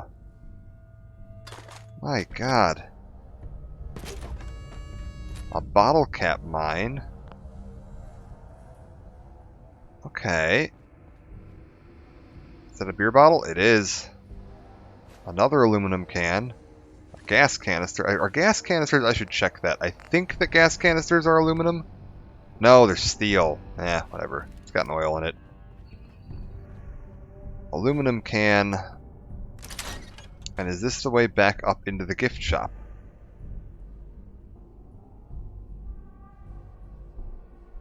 And yeah, survival difficulty, getting water, and particularly a reliable, replenishable source of water, is tricky in the early game. So gathering as many empty glass bottles and beer bottles as you can, milk bottles, and just any kind of bottle that you can, really, really helpful, because then when you get to a purified water source, you can just fill all those up and have yourself good to go for a little while. I think we're going to try to start heading back up towards Sanctuary. I'm going to try to get to Red Rocket and see if I can get a base set up at Red Rocket. Keep in mind, on survival difficulty, there is no saving, no manual saving, no auto saving. Parched from lack of water. Okay. Got some purified water, right? Ah, yeah, we're fine. Oh, and I'm hungry. Oh. Mutt chops? Is that cooked? Yes, okay. And with no saving, and the massively increased damage that you're going to be taking from enemies, you can die in a hurry, and unexpectedly. And that will set you back quite a ways. Like, for example, right now, it would set me back all the way to when I reprogrammed that robot. And there's not really anything I could have done about that. The only option I have is for saving is sleeping in a bed. Which comes with its own risks, because sleeping in a bed is when the way the game does disease, we'll talk about that a little bit now, because I haven't really fully gone into it. It has an invisible number that it is keeping track of right now that is effectively monitoring my immune system. And various actions will affect that number either positively or negatively. Drinking dirty water, standing in dirty water, like any river or lake, anything like that. Getting hit in melee by any kind of disease-carrying creature. Open wounds, drug use, anything like that will affect my disease risk chance number. It's basically your immune system, and in a negative fashion. And there are also actions that that you can take. The game will roll a dice to determine whether or not you catch a disease. And it looks at your disease risk pool and rolls the dice and says, okay, you got a disease or you don't. If you get a disease, it reduces your disease risk pool back down to neutral, and now you have a disease. You can't catch another disease again for at least a few hours in game. I don't know the full time length, but if you don't catch a disease, it doesn't reset your disease risk pool. It just keeps building up and building up and building up and building up and building up until you either do something to manually reduce it, like there's various like herbal supplements and herbal anodynes and stuff you can use in the game to help reduce your basically boost your immune system to reduce your disease risk chance, or you just get sick, and sooner or later it's going to happen. And one of the times that the game will... Oh my god, there's a fucking bloatfly that's hovering in midair over there. Terrifying. One of the times that the game will roll a dice to check whether or not you're getting sick is when you sleep. Oh my god, the corpse is just floating away.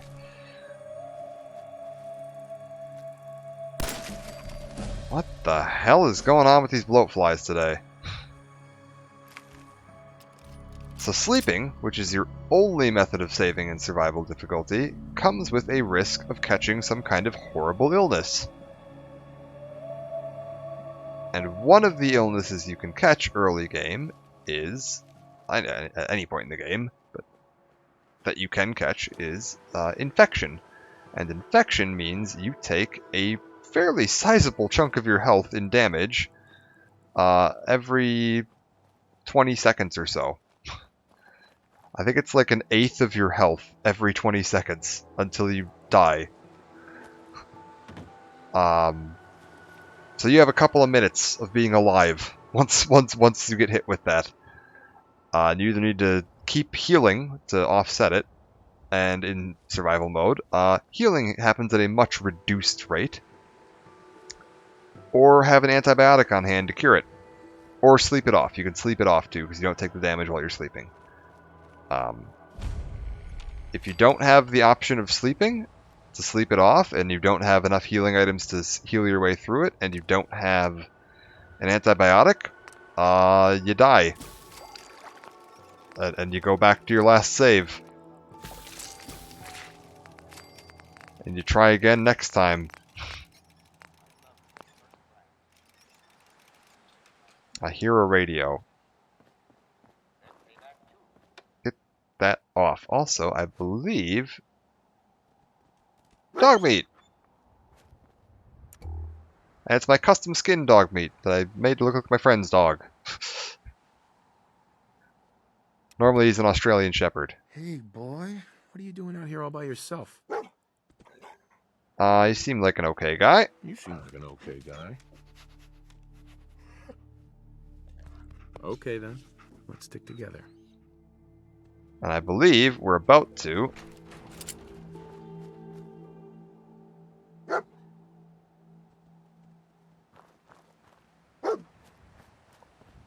Now that we've talked to Dogmeat...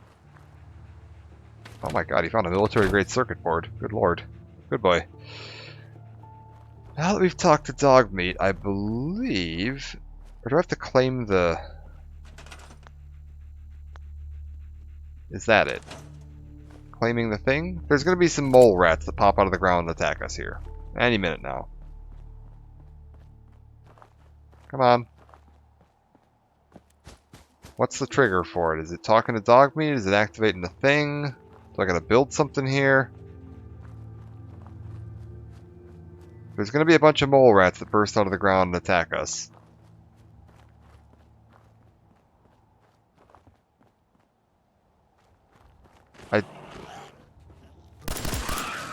I dislike that I'm not being attacked by mole rats. Like, I wish they would just hurry up and attack me.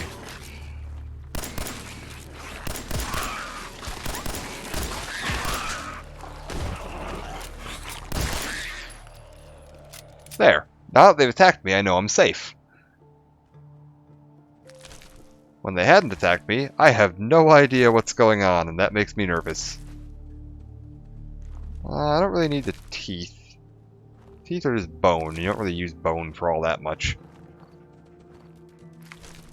At least crafting-wise, you don't use bone for all that much. Alright. We've got all the materials I need from here. I can craft a bed. That would be helpful. I'm going to need some supplies for that, though. I think I need wood and cloth. We've got just enough steel and cloth I can do, too. Perfect. We will put a bed. Let's get rid of all of this. We'll put it back in this corner. And that'll do. Go ahead and get 7 hours of sleep. And let's see if we end up catching some kind of horrible disease.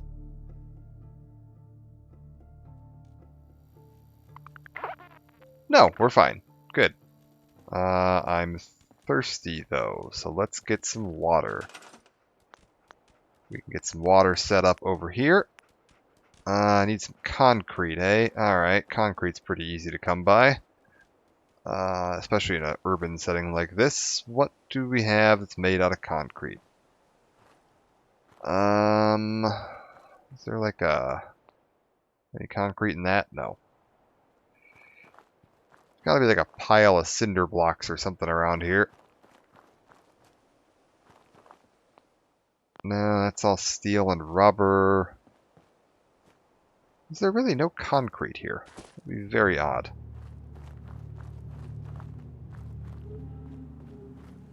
I mean, you kind of just can. Like, you can just kind of, you know, go around. Oh, beer bottle. I'll take that. Hold up. Give me the beer bottles. Alright. You can kind of just go around and, you know, demolish everything. Like, I'll demolish that, and that, and that, and that, and that. Get rid of that. Get rid of that. Get rid of that. Forget about this steel rail here. That's lame. Get rid of the tire. I don't need this sign, or this tree, or this tree, or that car.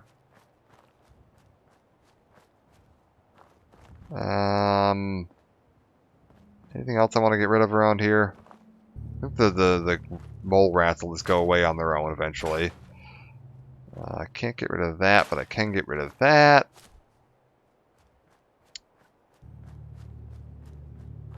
I mean, there's gotta be some concrete around here, right? It'd be very weird to me if there wasn't any concrete.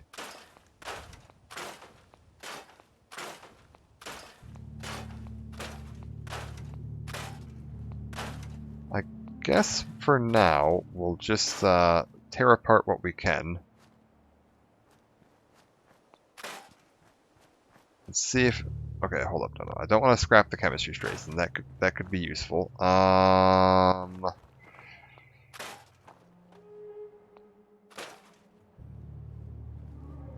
This is odd.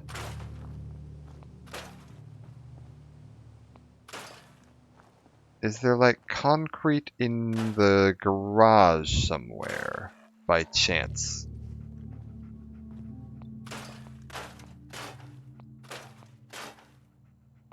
I mean, I'm not seeing any concrete. Get rid of the sink. Get rid of that. Get rid of that tire. And the radio and the table.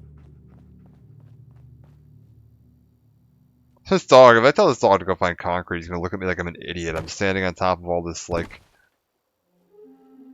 pavement. My character's too dumb to figure out how to use that. He needs very specific types of concrete.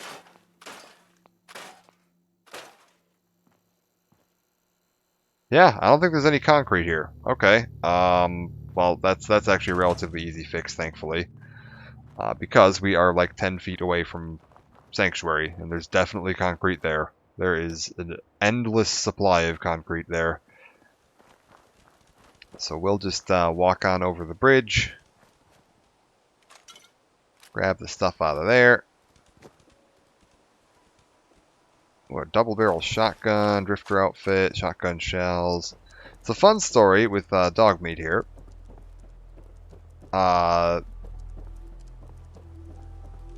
When I modded this game to turn dog meat from an Australian Shepherd into what looks like my friend's dog, I was like, oh, I'll show my friend. They'll like this. They'll think it's neat. And I was up on the Brotherhood airship at the time. And I loaded in. Or sorry, I was down the Brotherhood base. And I needed to fly up to the Brotherhood airship to get something. And I was just like, oh, we flew up to the Brotherhood airship. The dog walks out. I'm like, oh, look, it's your dog. Isn't that neat? And dog meat, when you load it in the Brotherhood airship, you're kind of on like a little flight deck, on like a catwalk on the outside of the airship. The dog meat kind of spawned in standing on the railing. Because, you know, Bethesda games, man. Sometimes when NPCs load in, they're not necessarily standing in the right spot. So he's kind of spawned in standing next to me, which put him, you know, up on the railing. And I was like, okay, buddy, let's go. And then he turned around and just walked off the railing and fell 200 feet onto the ground. And we couldn't find him after that. He survived. He's immortal. He can't actually die. But he did, I'm pretty sure he got wounded. Like, what'll happen is if he gets hurt badly enough, he'll, like, start cowering and whimpering. And if you don't go and use a stim pack on him in a pretty short amount of time, he'll just walk back to wherever he considers his home, whatever you assigned as his last home. And he'll wait there for you. And I think he waits for 3 days. I think there's like a 3-day cooldown before you can use him again, where he won't be willing to follow you. So I had to go figure out which settlement I had assigned as his home, because I actually don't usually assign dog meat a home, because I just kind of have him with me all the time, because even with dog meat with you, it doesn't interfere with the Lone Wanderer perk, which is one of the best perks in the game. Ruined house, 15 concrete. There. Concrete. Give me like, I don't know, 10. I'm carrying too much and I can't run, for the love of God. Oh, concrete's heavy. That's fair. Probably should have looked at that.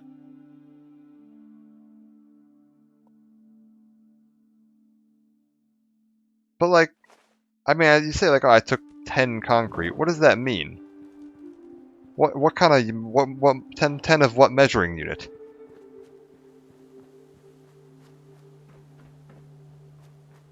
Like 10 ounces of concrete? That wouldn't be very much. 10 bags of concrete might be quite a lot, but like, it doesn't say what it is. I'm just taking 10 concrete. Well, there's something rolling around in the water down there. What the hell is that? Oh, it's a lawnmower. Got this lovely monument here, I believe.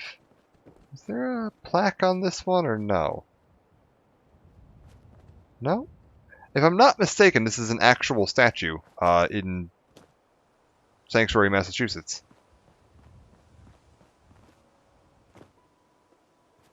Like just outside of Concord.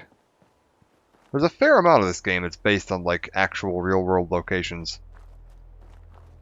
This was one of the ways that people knew where this game was going to be set, like 3 or 4 years ahead of Bethesda announcing it, is that they'd seen Bethesda employees going around the area taking photographs of like monuments.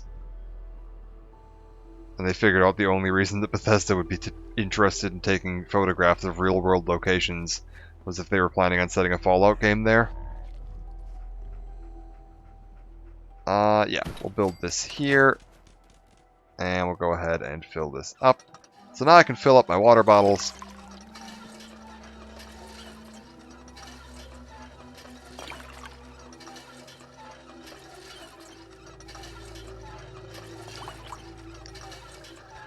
And because this is drawing from deep underground reservoirs, I'm getting purified water instead of dirty water. It's not all irradiated down there. Ground will filter some of that out.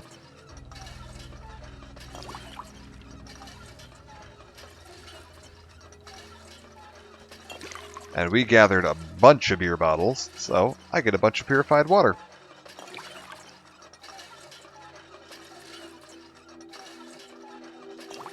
Oh my gosh, I get a bunch of purified water.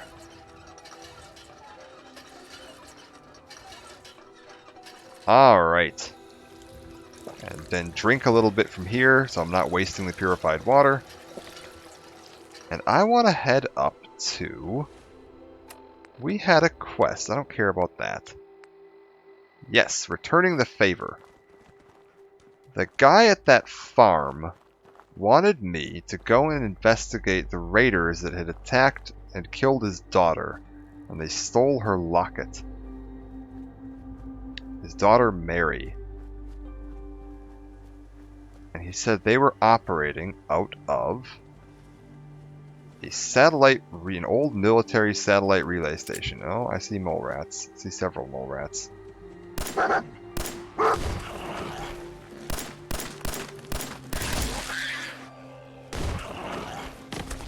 Don't like that.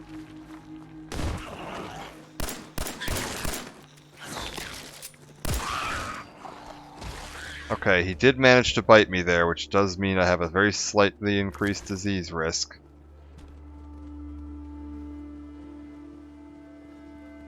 One of them is still alive.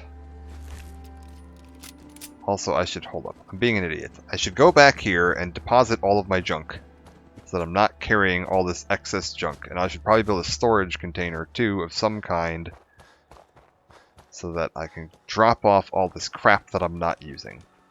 Let's be sensible about this. I can use this as a storage thing.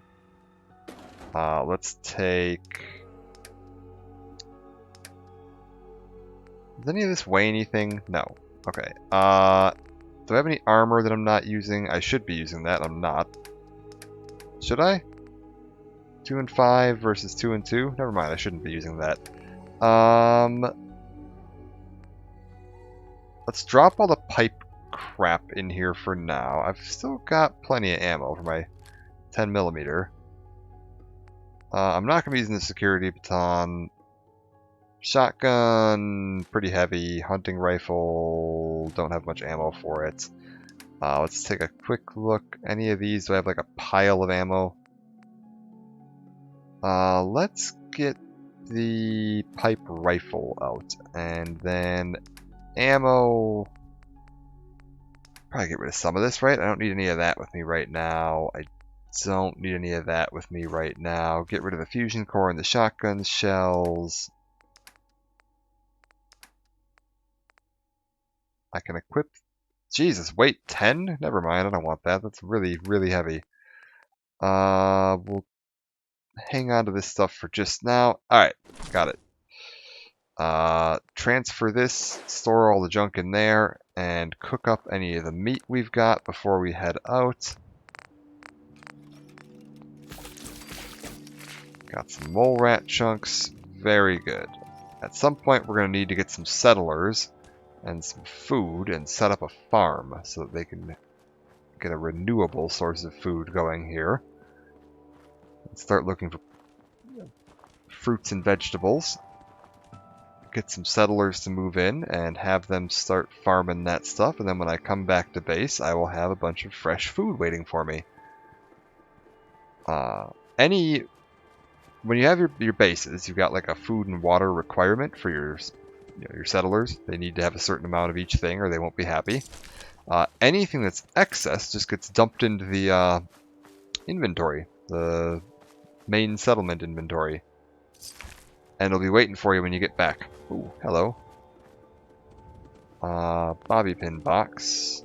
44 round of a snub-nosed pistol and another aluminum can. That's all very good.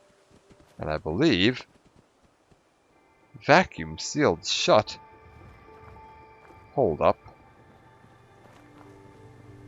I know this. I know exactly what this is. There's a little switch down here you can throw.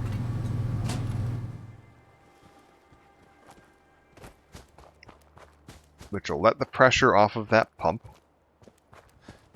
Which will allow you to open that and get a bunch of caps. Alright. We need to be a little careful, though, because we are close to a couple of raiders that set up a camp out in the middle of the woods here. Just like in the middle of nowhere. Yeah, I can see one of their dogs over there. Okay, and we've got some levels I can do, too. What do we want to go for level-wise? I mean, Bloody Mess is good. Gunslinger for non-automatic pistol damage. It's not a terrible idea. Medic wouldn't be the worst. What do I need for, like, just general sneak? Become harder to detect while sneaking. And I can pick one more, too. Let's go for that. Pistol damage, harder to detect while sneaking. What the Christ? Oh god. Oh god, dog meat. No, what are you doing?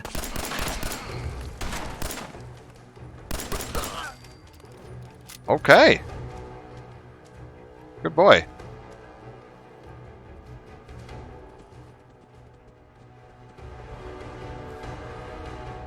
I'm impressed. Dog meat actually managed to do something quite useful there. Oh, and we can get some. We got dog meat some welding goggles. Where'd he go? Come here, buddy. Dog meat. Hey. Wait, no, dog meat. I want to talk to you. Trade. I have something very important for you. Like, wait, the dog has a hard hat? Why does the dog have a hard hat? What? Welding goggles. Equip. Yes.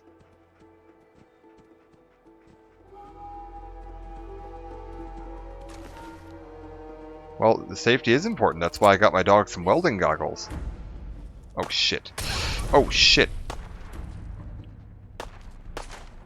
Oh my god, my dog's on fire. Who the hell set my dog on fire? I can't see them. Oh god!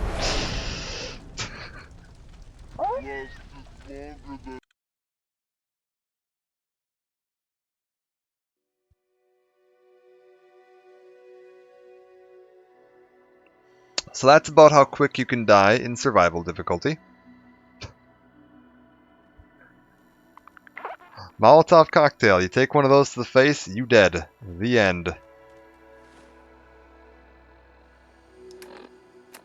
That does mean I've just undone my concrete run. A little annoying. It's fine. We'll just drink one of these. What a Finnish invention, really? No kidding. Let's see what we've got over here. Get rid of all this nonsense before it gets me killed.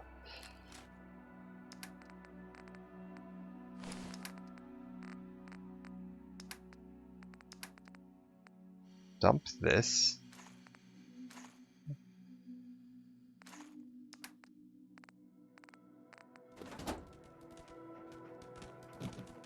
Name's origin came from the propaganda Molotov produced during the Winter War. Maybe these declaration on Soviet state radio that the bombing missions over Finland were actually airborne humanitarian food deliveries. Okay, yeah, I think I've heard that. A handheld bottle firebomb was developed to attack Soviet tanks. Oh my god. Yeah, no, I remember hearing that. I didn't remember that was Finland. I think I had that backwards in my head. I think I had it, thought that was the when Germany was invading Russia. But yeah, yeah, that's right. That's great. That's gold.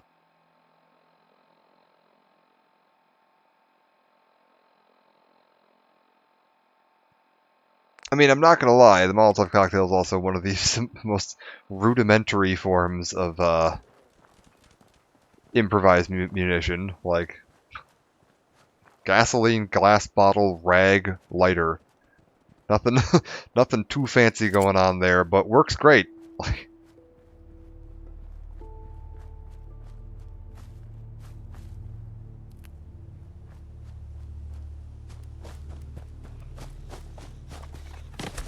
Hello?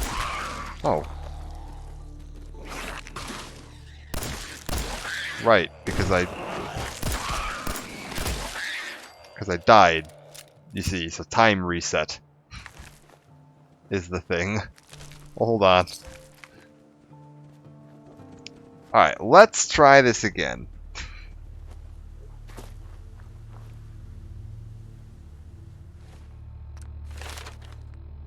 I'll take that, and I'll take that.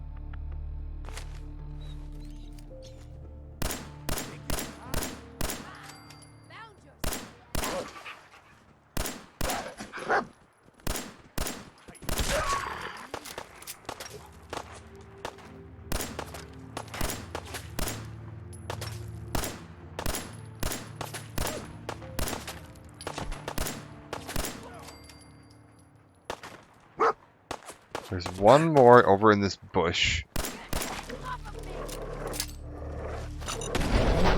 Oh my god! I tried to melee attack, but if you hold the melee attack button, it throws a fucking landmine. So I just armed and threw a landmine immediately into that person. Oh, hell. That is one way to end a fight. Yes, that'll work fine. Let's try this again. Let's just get all the mines and explosives out of my inventory. I can't be trusted with them.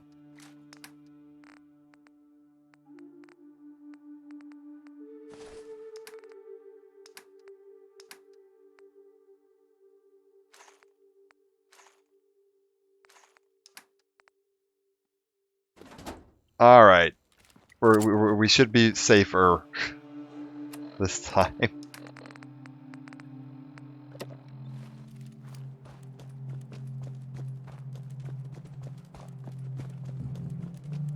We've got enough water that we should be fine. I've got enough guns and... You know what? Hold up.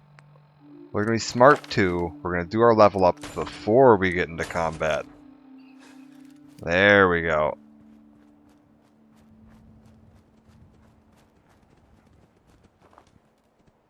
I know there's mole rats around here.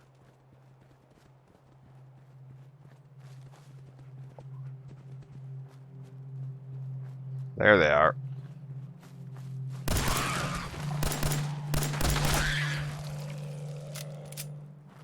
Come on. That was 2 of them down. Where's the rest? Alright, 4 down. Barely took any damage, and my water that I drank earlier is still going to be healing that off.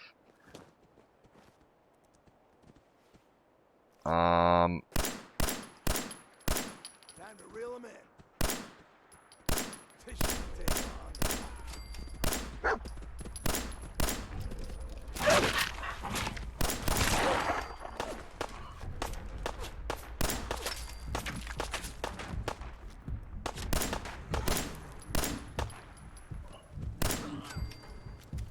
Okay. I killed 3 raiders and a dog this time. The first time I only killed 2 raiders and a dog. Hopefully that means the 3rd raider was the one that had the Molotov cocktail. And I'm not about to have some guy come running in out of nowhere. Ah yes, there it is. There's the Molotov cocktail. I'll take that. Let's be having that here.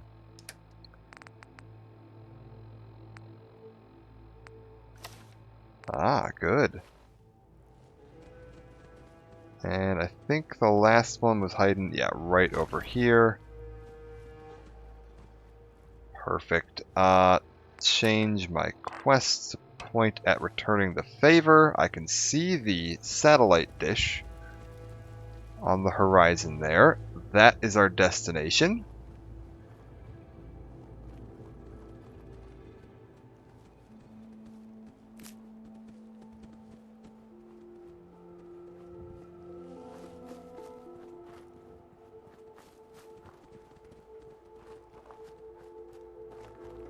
And this should be a little road over here. Yes. Okay. I'm keeping my eyes open for anything running around, because there can be some wildlife out in this part of the world, but usually nothing too crazy. A crashed vertibird. Well, well, what have we here? Is that what I think it is? If I would have brought that damn fucking fusion core, I could have had a functioning suit of power armor. What the hell was that? Dog, are you attacking that rat stag? Why? Dog? Are there bears? Yes! Yes, there are bears! They are called Yaoguai, and they are horrifying. I mean, I wasn't gonna kill this rad stag, but my dog had other ideas. I'm not gonna lie, I will take the meat.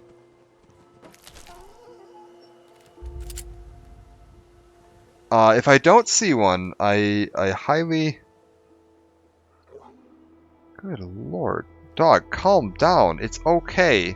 The innocent stag is dead. You've killed it. Yes, good boy. One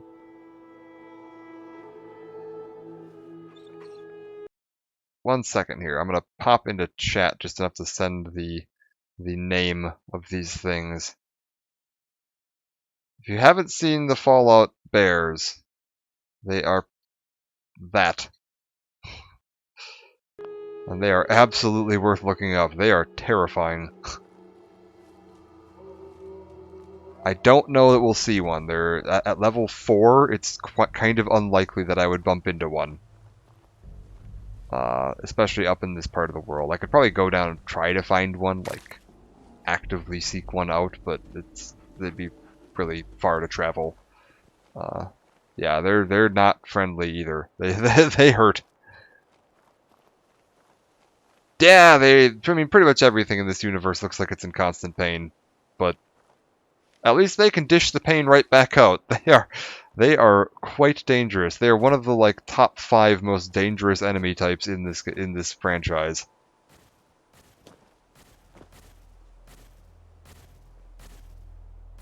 I hear laser pistol fire. Oh. There's an Eyebot.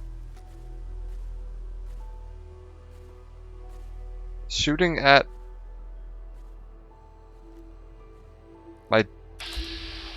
a wild mongrel. I was like, that wasn't my dog, is it?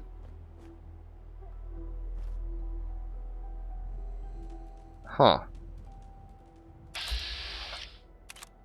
Oh, there it is. This is fun. There's a mole rat there with a couple of mines strapped to it. Something you gotta watch out for at this place. I actually know this one just from a previous playthrough where I didn't notice it in time, and it exploded and killed me. The raiders here, if you go read their journal, they mention that they've captured a mole rat and strapped some landmines to it and let it run around as a prank. To see if it would like run into anybody.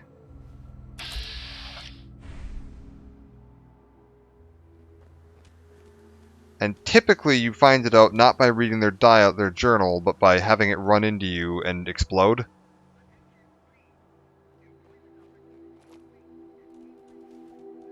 I'll see if I can find the journal. I should be able to find it pretty easily.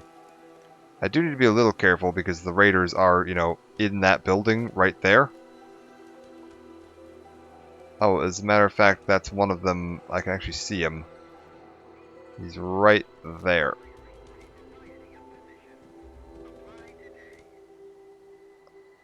Oh, what is going on? I was in caution for a second. I don't know what from.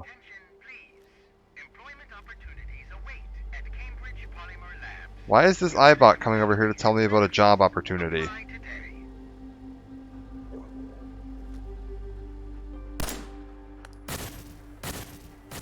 Oh! Eyebot's gonna go take care of this camp for me.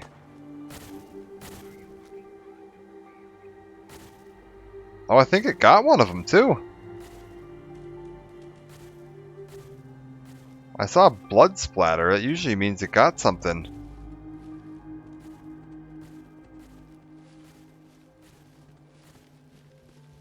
Okay. Can I...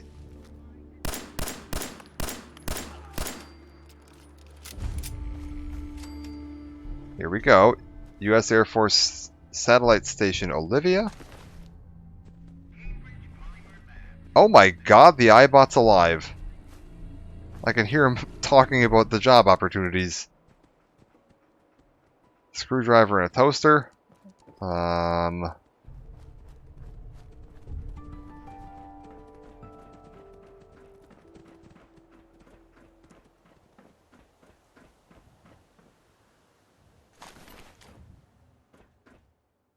Vodka.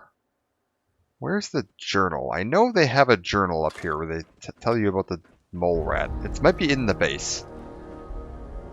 Keep my eyes open. See if I can find it. No. It must be in the base. Well, we'll go poke our head in there. Good lord. Bloatfly.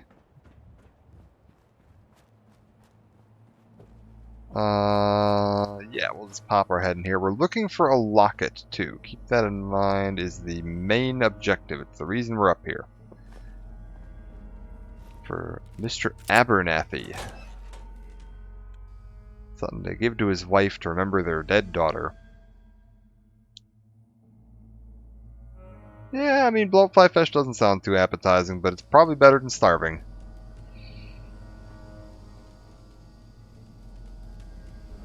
I think that's pretty much just how you look at all the meals in Fallout is, well, it's not great, but better than starving to death. Disarm the laser tripwire. Disarm the trap. Okay. This place can be a little dangerous. When I say a little, I mean like extremely.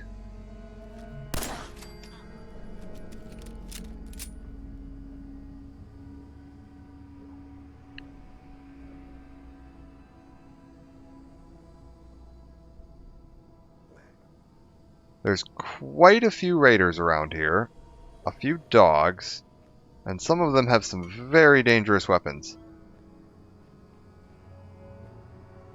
Requires terminal. Locked. Okay, let's see if we can get this terminal open. Security's too good. I do not have the skill to hack that lock. Alright.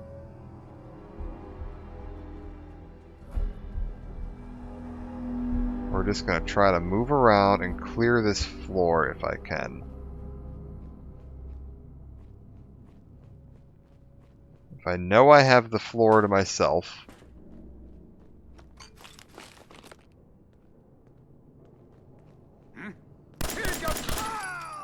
Ooh, that was dangerous.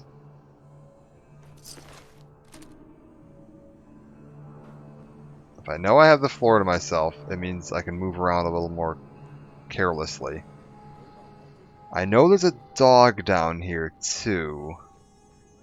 Well, 2 dogs.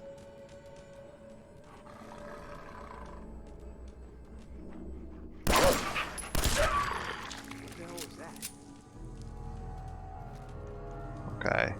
Okay. I see one of them at the way back there.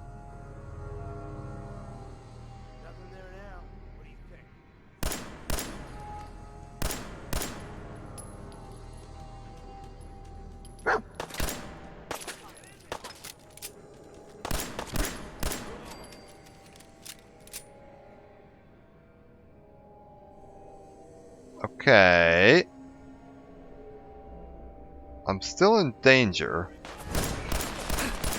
Oh, that's why this place is dangerous. The guy with the minigun.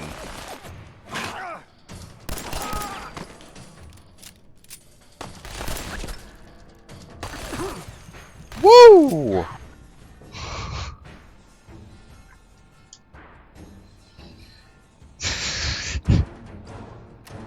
Okay. That's dangerous. Let's drink some water and have some dog.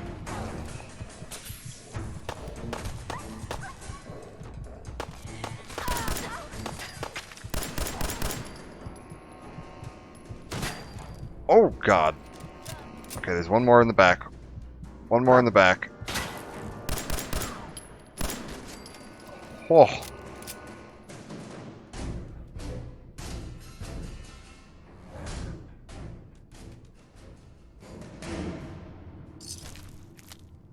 Hey, look, a bandana. What? Well, that was exciting.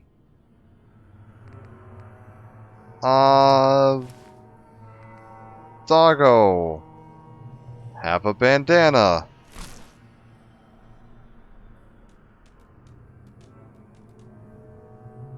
Very good.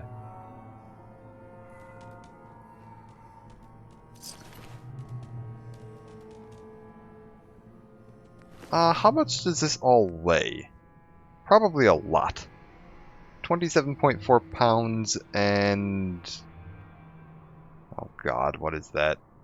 0.8 plus point... About 0.4? So like 1.2 pounds, so about 28, 29 pounds for the whole thing. Is that worth it? It's probably not worth it. I don't need a minigun. We'll leave the minigun down here. Is it, like, valuable? That's reasonably valuable. You know what? Screw it. We'll take the minigun. We'll try out the minigun. If there's anything else down here, it's getting minigunned. Alright.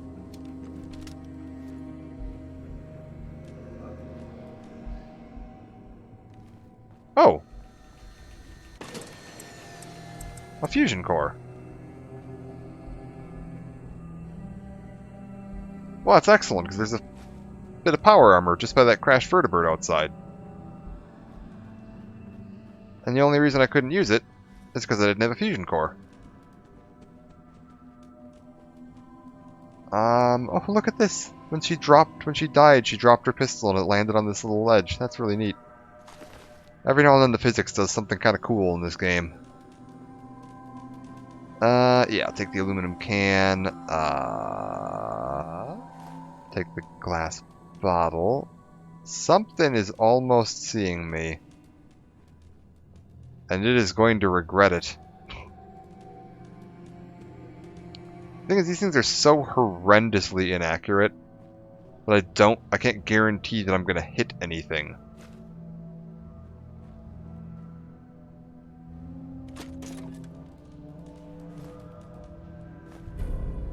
Yes, okay, there's the locket. And I believe there's a guaranteed glowing legendary Radroach on the other side of this door. Or if not guaranteed, like extremely likely glowing legendary Radroach. Yes.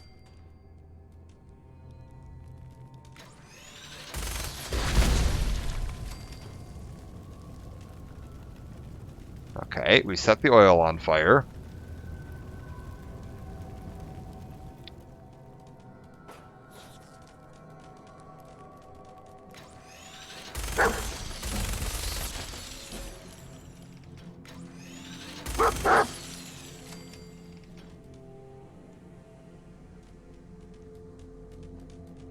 Alright. Are none of these legendary? Did I not deal with the legendary one this time?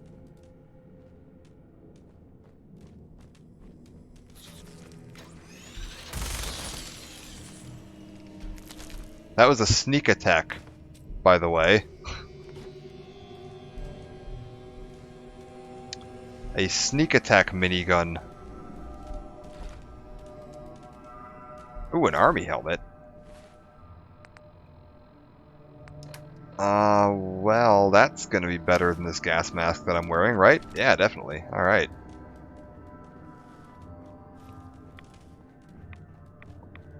What do we look like these days? Like an idiot. Excellent. Alright. That should be... Oh, what's this terminal here? Satellite dish status offline. Don't suppose there's anything I can do to, like, fix any of this? No, probably not.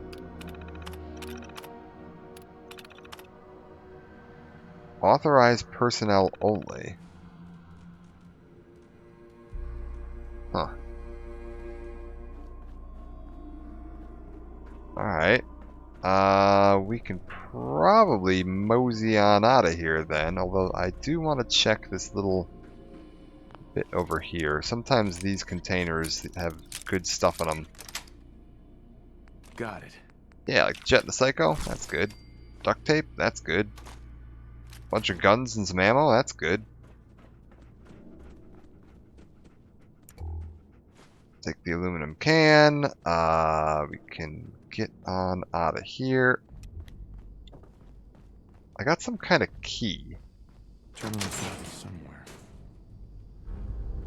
Yeah, look at this. Now we're in business.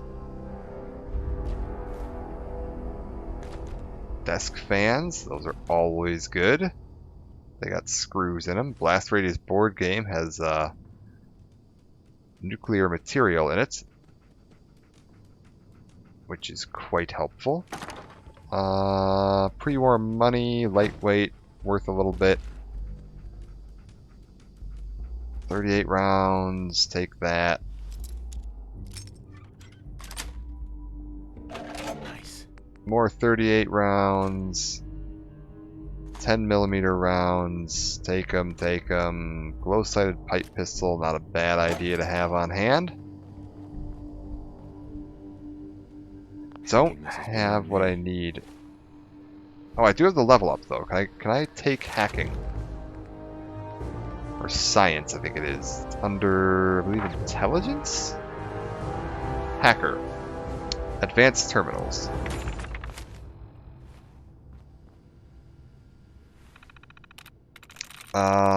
Bottle. I'm in. There we go. Check-in log. Okay, that's all before. This is all pre-war stuff.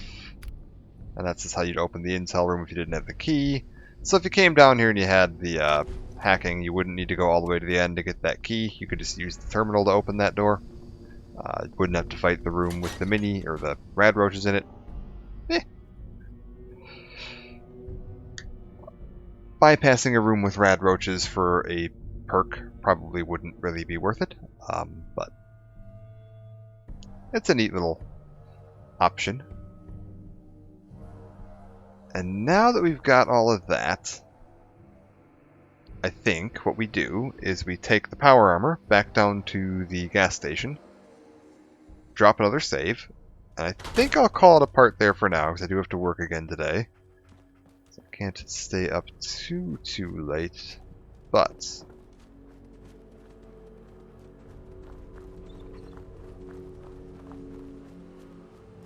I would like to get to a save point before I call it. So if we can get over to that power armor. Dog meat, don't kill the... You're not going to kill that one now, are you? We've already murdered one innocent radstag. Oh no, run! Oh no, dog meat vicious snarled. He's tasted blood. I would like to...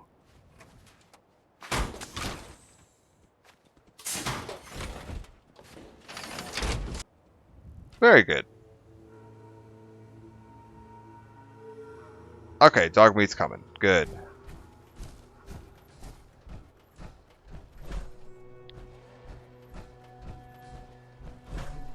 So we can head on this way.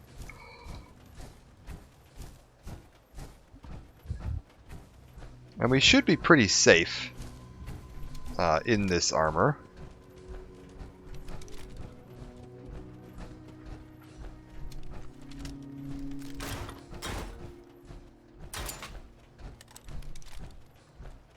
I'm going to kind of try to bypass the main town there. If I can.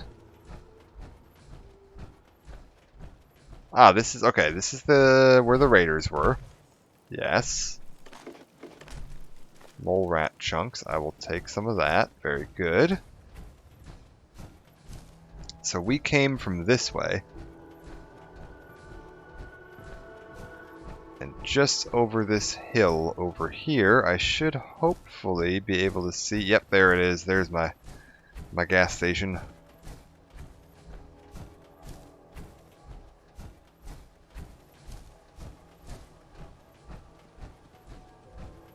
Oh, what's this up here? Someone was watching this gas station. Radaway duct tape and a flip lighter. Some shotgun shells. Yeah, someone was keeping an eye on this road.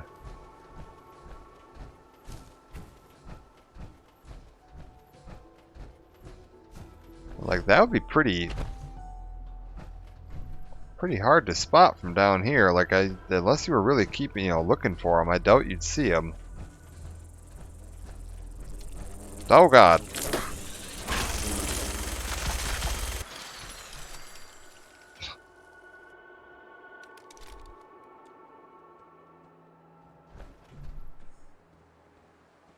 The trees appear to be having a bit of a day. Yeah, no, they haven't quite calmed down yet. I'm sure that's fine.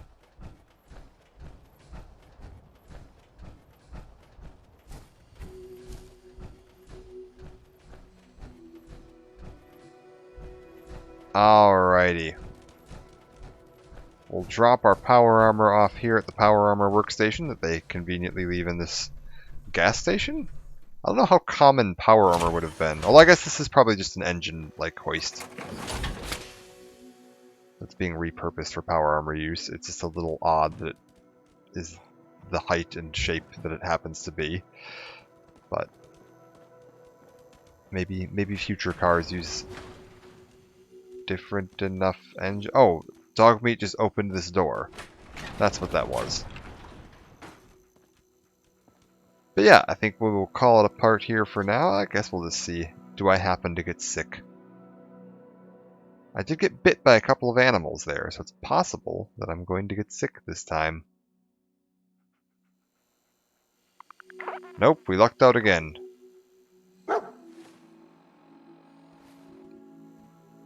So yeah, now that I've got a save dropped, I can reload it from here next time. Head on back, deliver that amulet. Where the hell is Dogmeat? I hear him barking about something. Oh, hello? What did you... You found a fire extinguisher.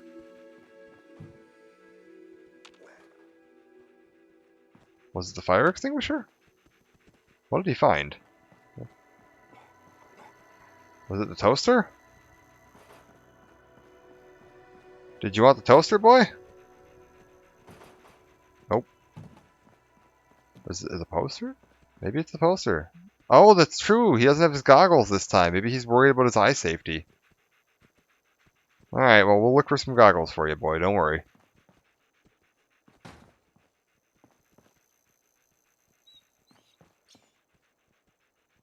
I mean, I'm glad that you've learned how to levitate, but that's fine, dog. Alright, but yes. I think we'll take a break there for now.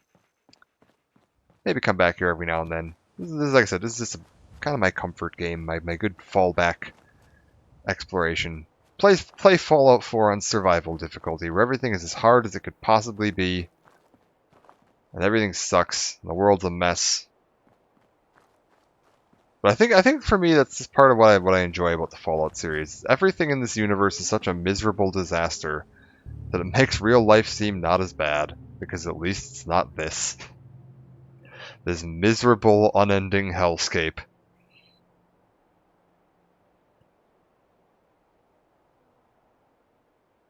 And you know what? Just for the heck of it, before we do close it out here, I will pop in select character. It's Hank, right? Hank is my big ridiculous one.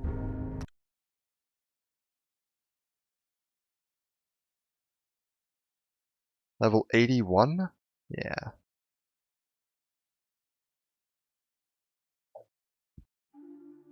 So I've completed, like... Oh, speaking of Yao Guai, there's one now.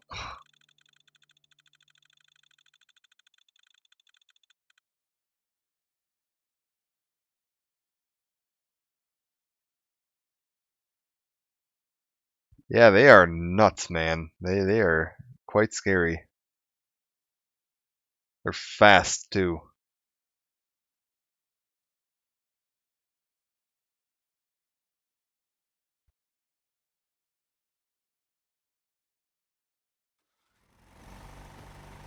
But yes, this guy I have completed the main game and all of the DLC with. Just about every quest there is to complete in the game. A few of the side quests I haven't finished, but all the major faction stuff. And yeah, we're just kind of at the end of the game now with him. I'm just kind of running around, you know, having fun.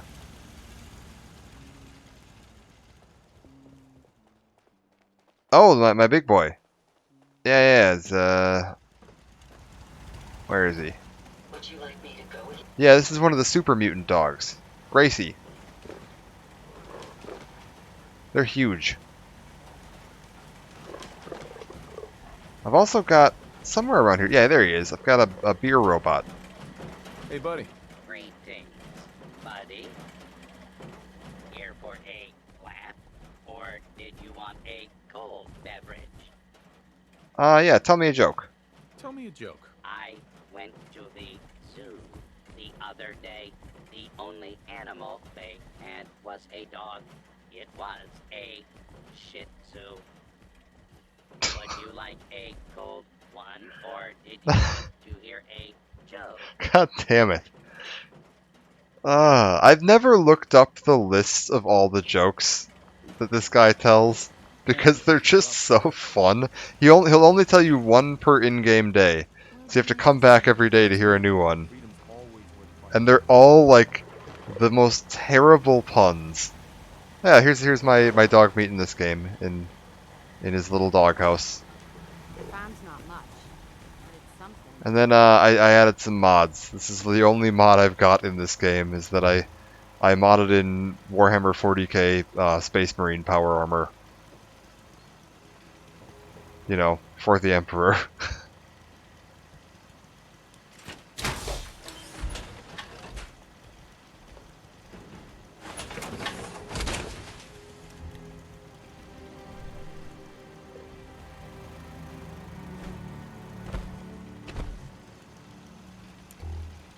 Yeah, it's great.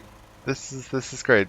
I was painting my Space Marines as Ultramarines, so I was able to get the Ultramarine power armor. So this guy actually kind of looks like my Space Marines, although my Space Marines are Primaris Space Marines, and this guy's a Firstborn, so he's got different helmet and some slightly different chest plate and whatever, but looks pretty close.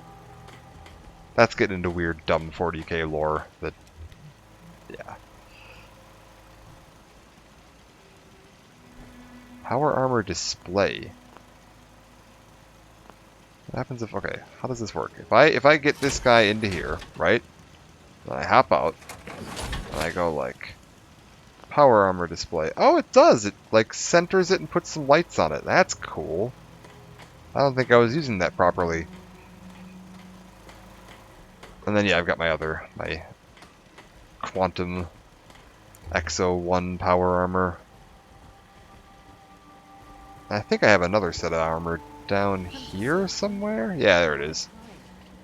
My regular Exo 1 power armor. See you again, sir. Are you ready to depart?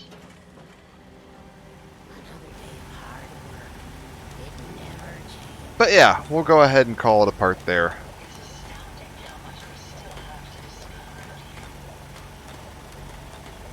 I will see you next time.